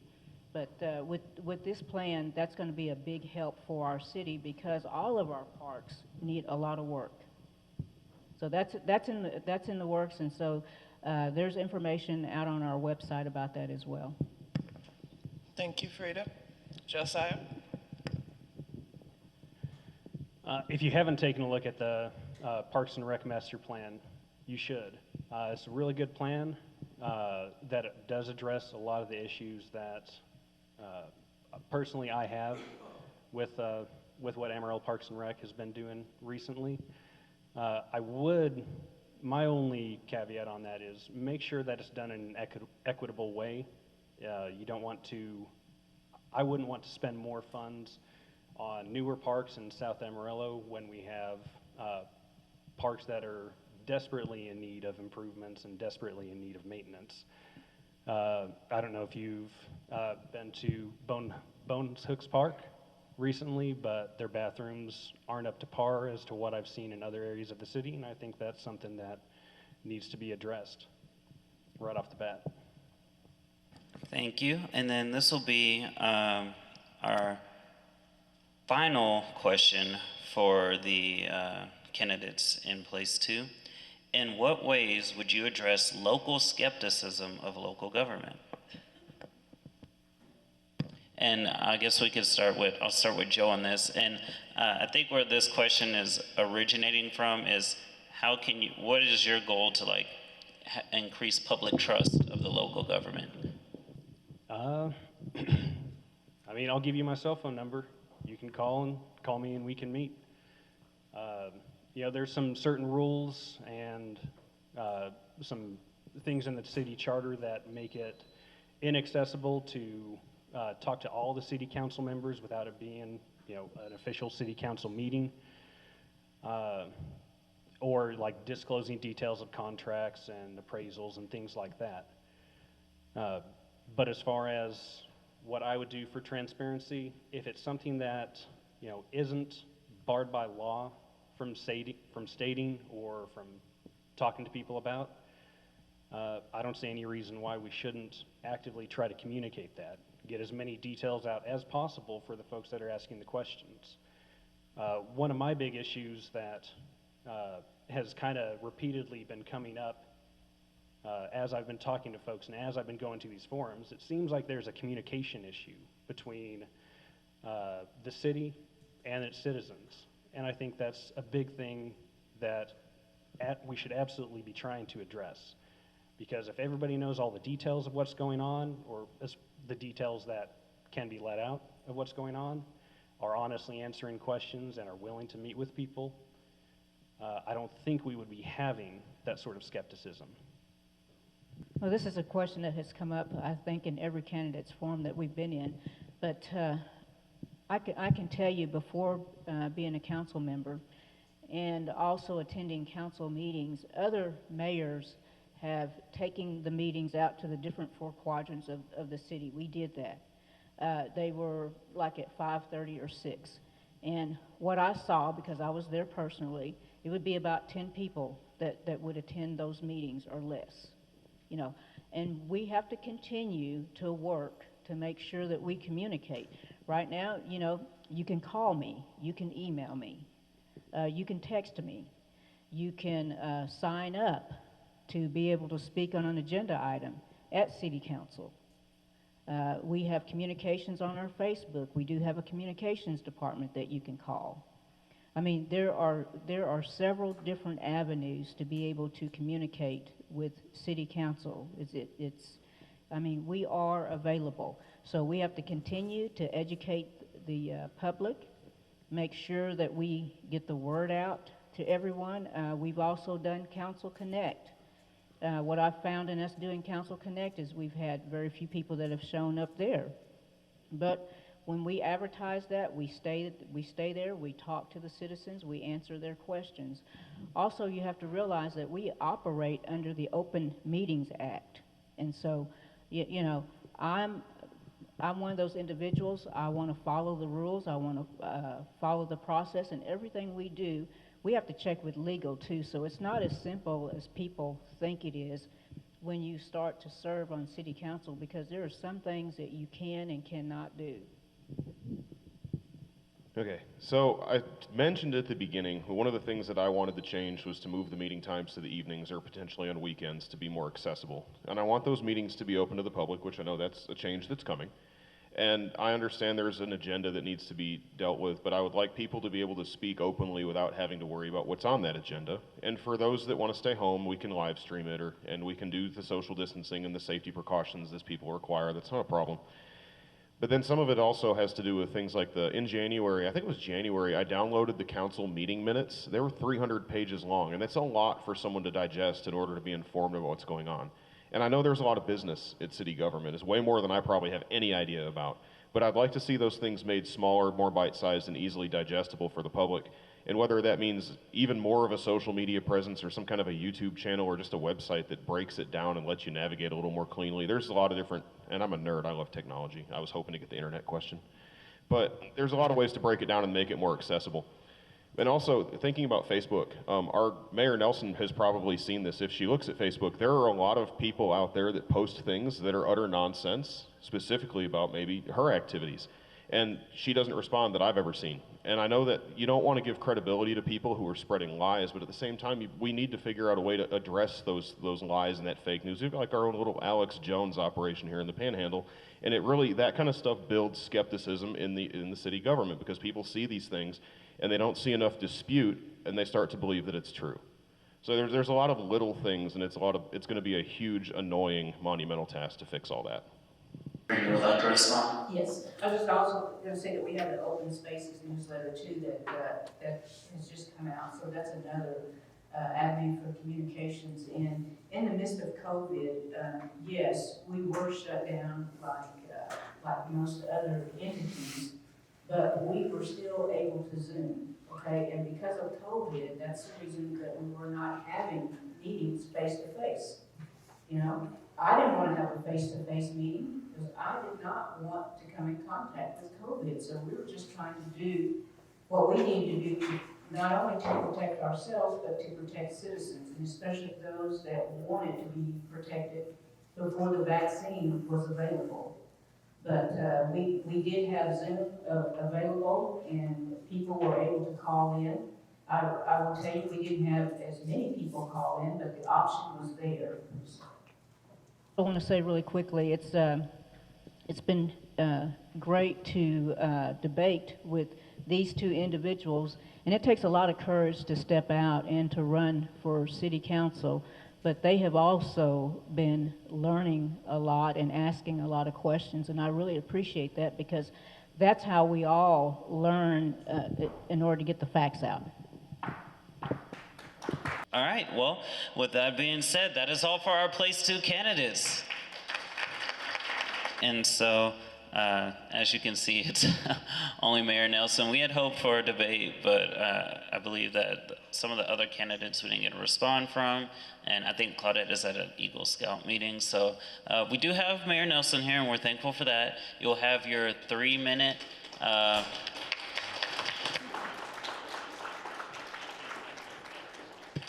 You will have your 3 minutes and 30 seconds to open up, and then we'll just go through a few of the questions that have been submitted. We're not going to plan on going the whole full 30 because that was only for debate purposes. So, and we know y'all been sitting here for quite a while, and we're thankful for that. So you have the floor.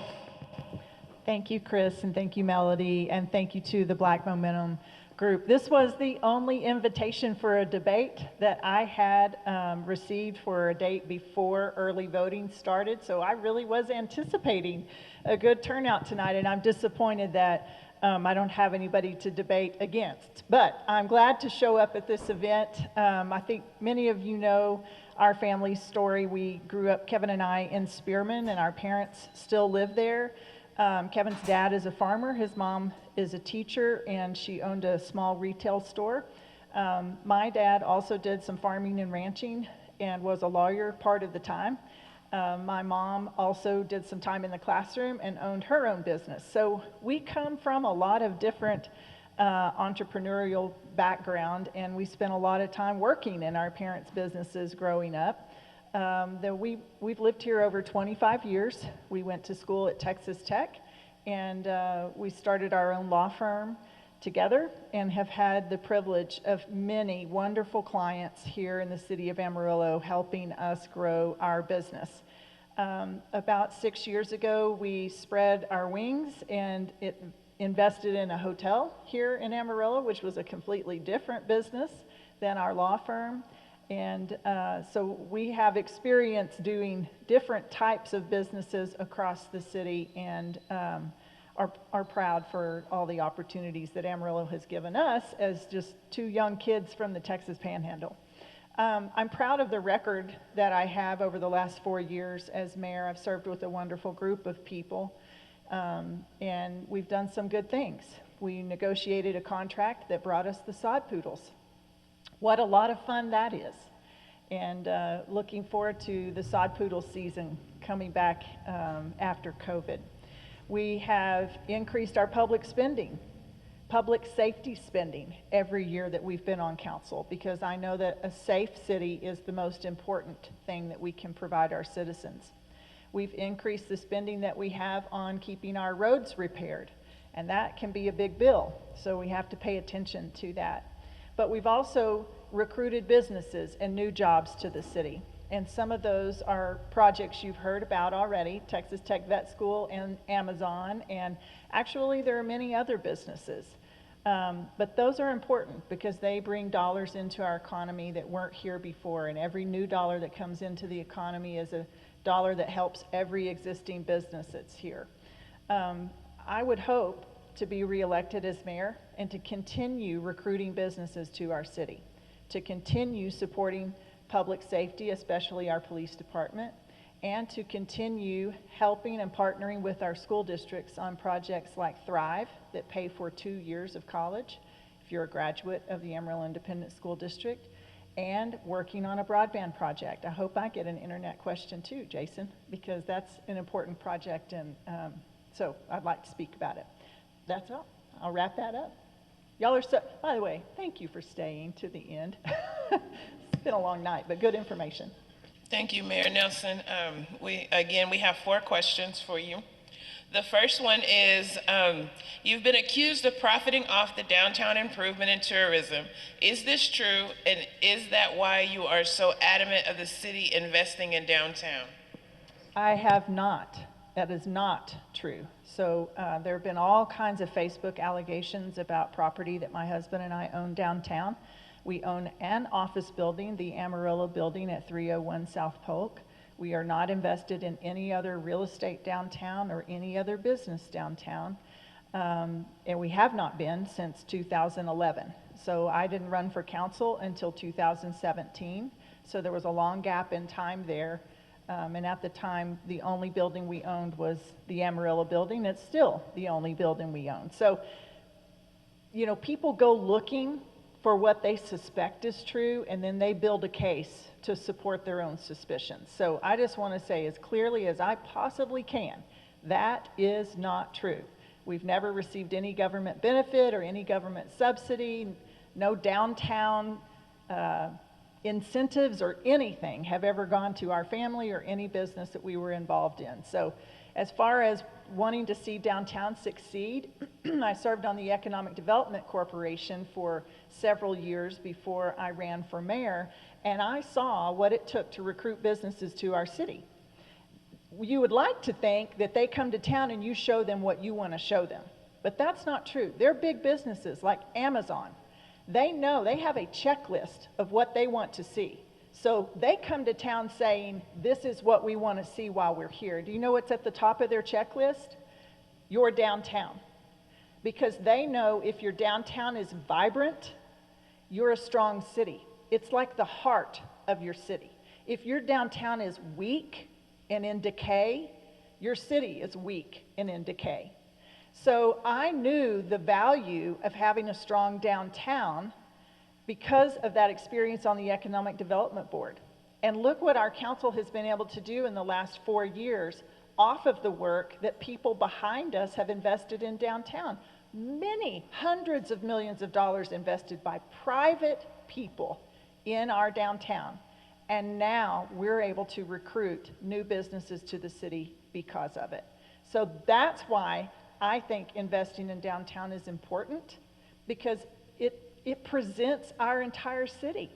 And the health of our city and the future of our city to grow depends on what downtown looks like and its quality of life for our local citizens. So I really appreciate that question. Thank you. Thank you. Your next question. Many citizens are concerned about the acquisition of downtown property at a nearly 8 times the appraisal rate. Are these concerns warranted, and what is the reasoning behind these acquisitions? I wish they were naming specific properties so that I would know for sure what they're talking about. I can tell you that we have acquired 2 buildings, actually 3 different property acquisitions, more than 3 buildings, on the east side of the Civic Center, because we know that project needs to happen. And when it happens, the city needs to be in control of real estate so that taxpayers, when they're ready, it can move forward. We never paid more than appraisal value for any of those properties. As a matter of fact, we negotiated the sales price on all of them, didn't take first offer, negotiated it down.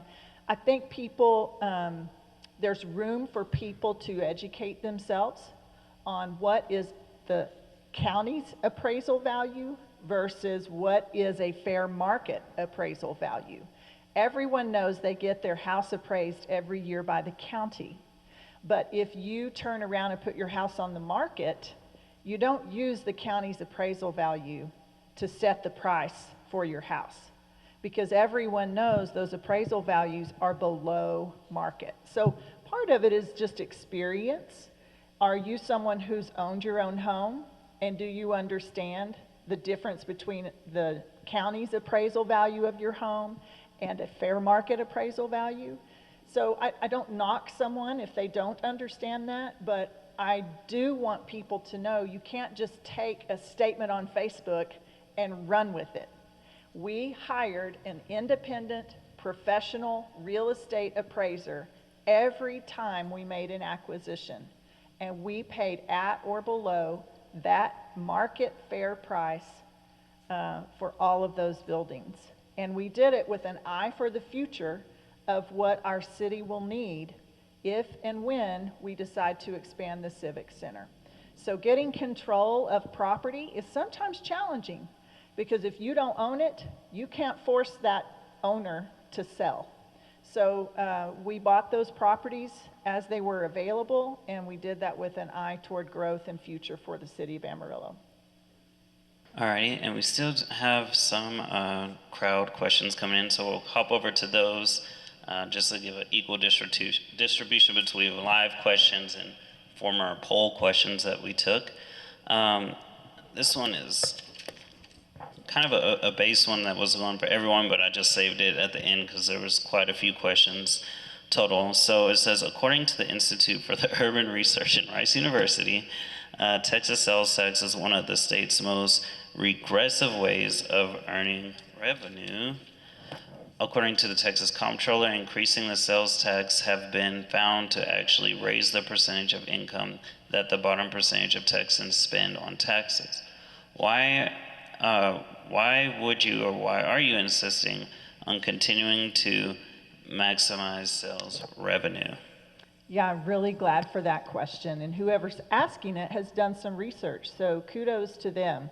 Tax policy is a very fascinating topic. Currently, Texas, the state of Texas, our legislature sets our state tax rates. Amarillo's state tax rate, they cap it. Ours is capped at 8.25%.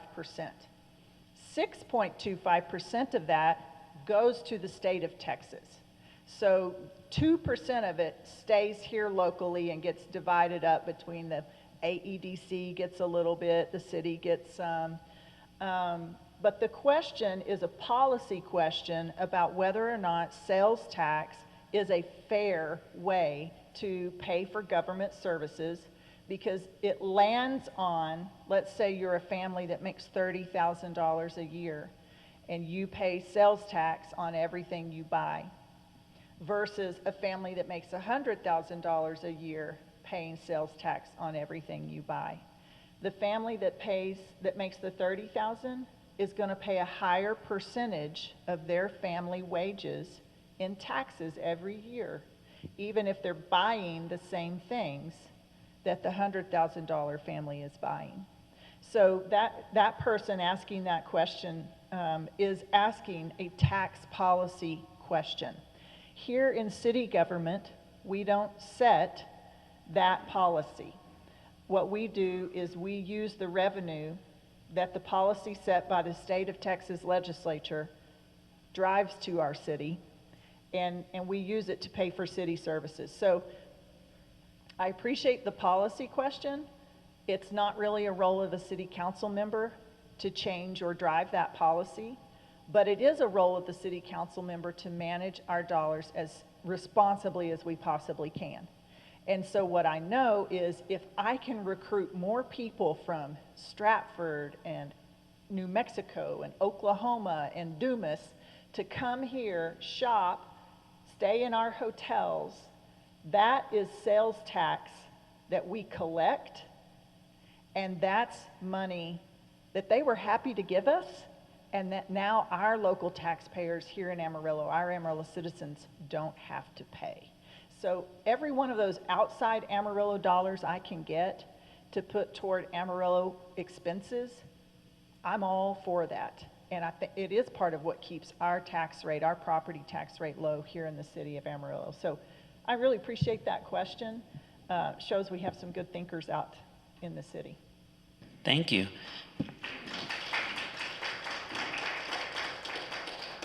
And since there aren't really any new submissions that have been placed in, that's going to be all for our mayoral candidate questions. So once again, we thank you, Ginger, for being able to make it here.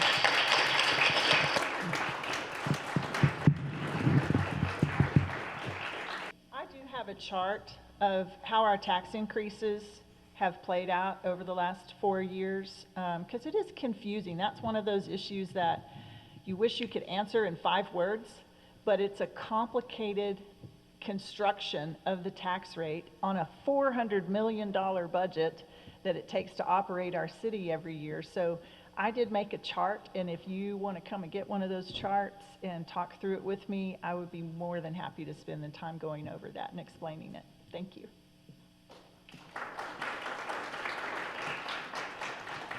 Thanks, Mayor Nelson. We appreciate everybody for coming out. There is one thing I would like to say. So a hot topic over the past election has been our mayoral race. And during an earlier forum, a question was asked Claudette Smith if she would debate Ginger Nelson. And I just want to make it clear that we reached out to the Smith campaign on multiple different platforms, multiple different times with this opportunity, and she chose not to be here. And I think that speaks a lot. And so Black Momentum is not endorsing any candidates, but we can say that we will not ever support Claudette Smith in her current ways. And with that being said, thank you all for coming out, and we hope you have a wonderful evening. Thanks, Chris. Thanks, Melody. Thanks, Palace. Shout out 806 Snaps. They're the video production team you've been seeing. 806 Snaps. We'll have this all on YouTube. Oh, and last thing. So I already posted it on Facebook, but I will be sending an email out of all of the questions that we wrote for tonight's forum. And if any of the candidates would like to answer those questions, we'll post them on Facebook. We'll share those. If you don't want to answer the questions, that's fine, but we're making it open to everybody. Thanks.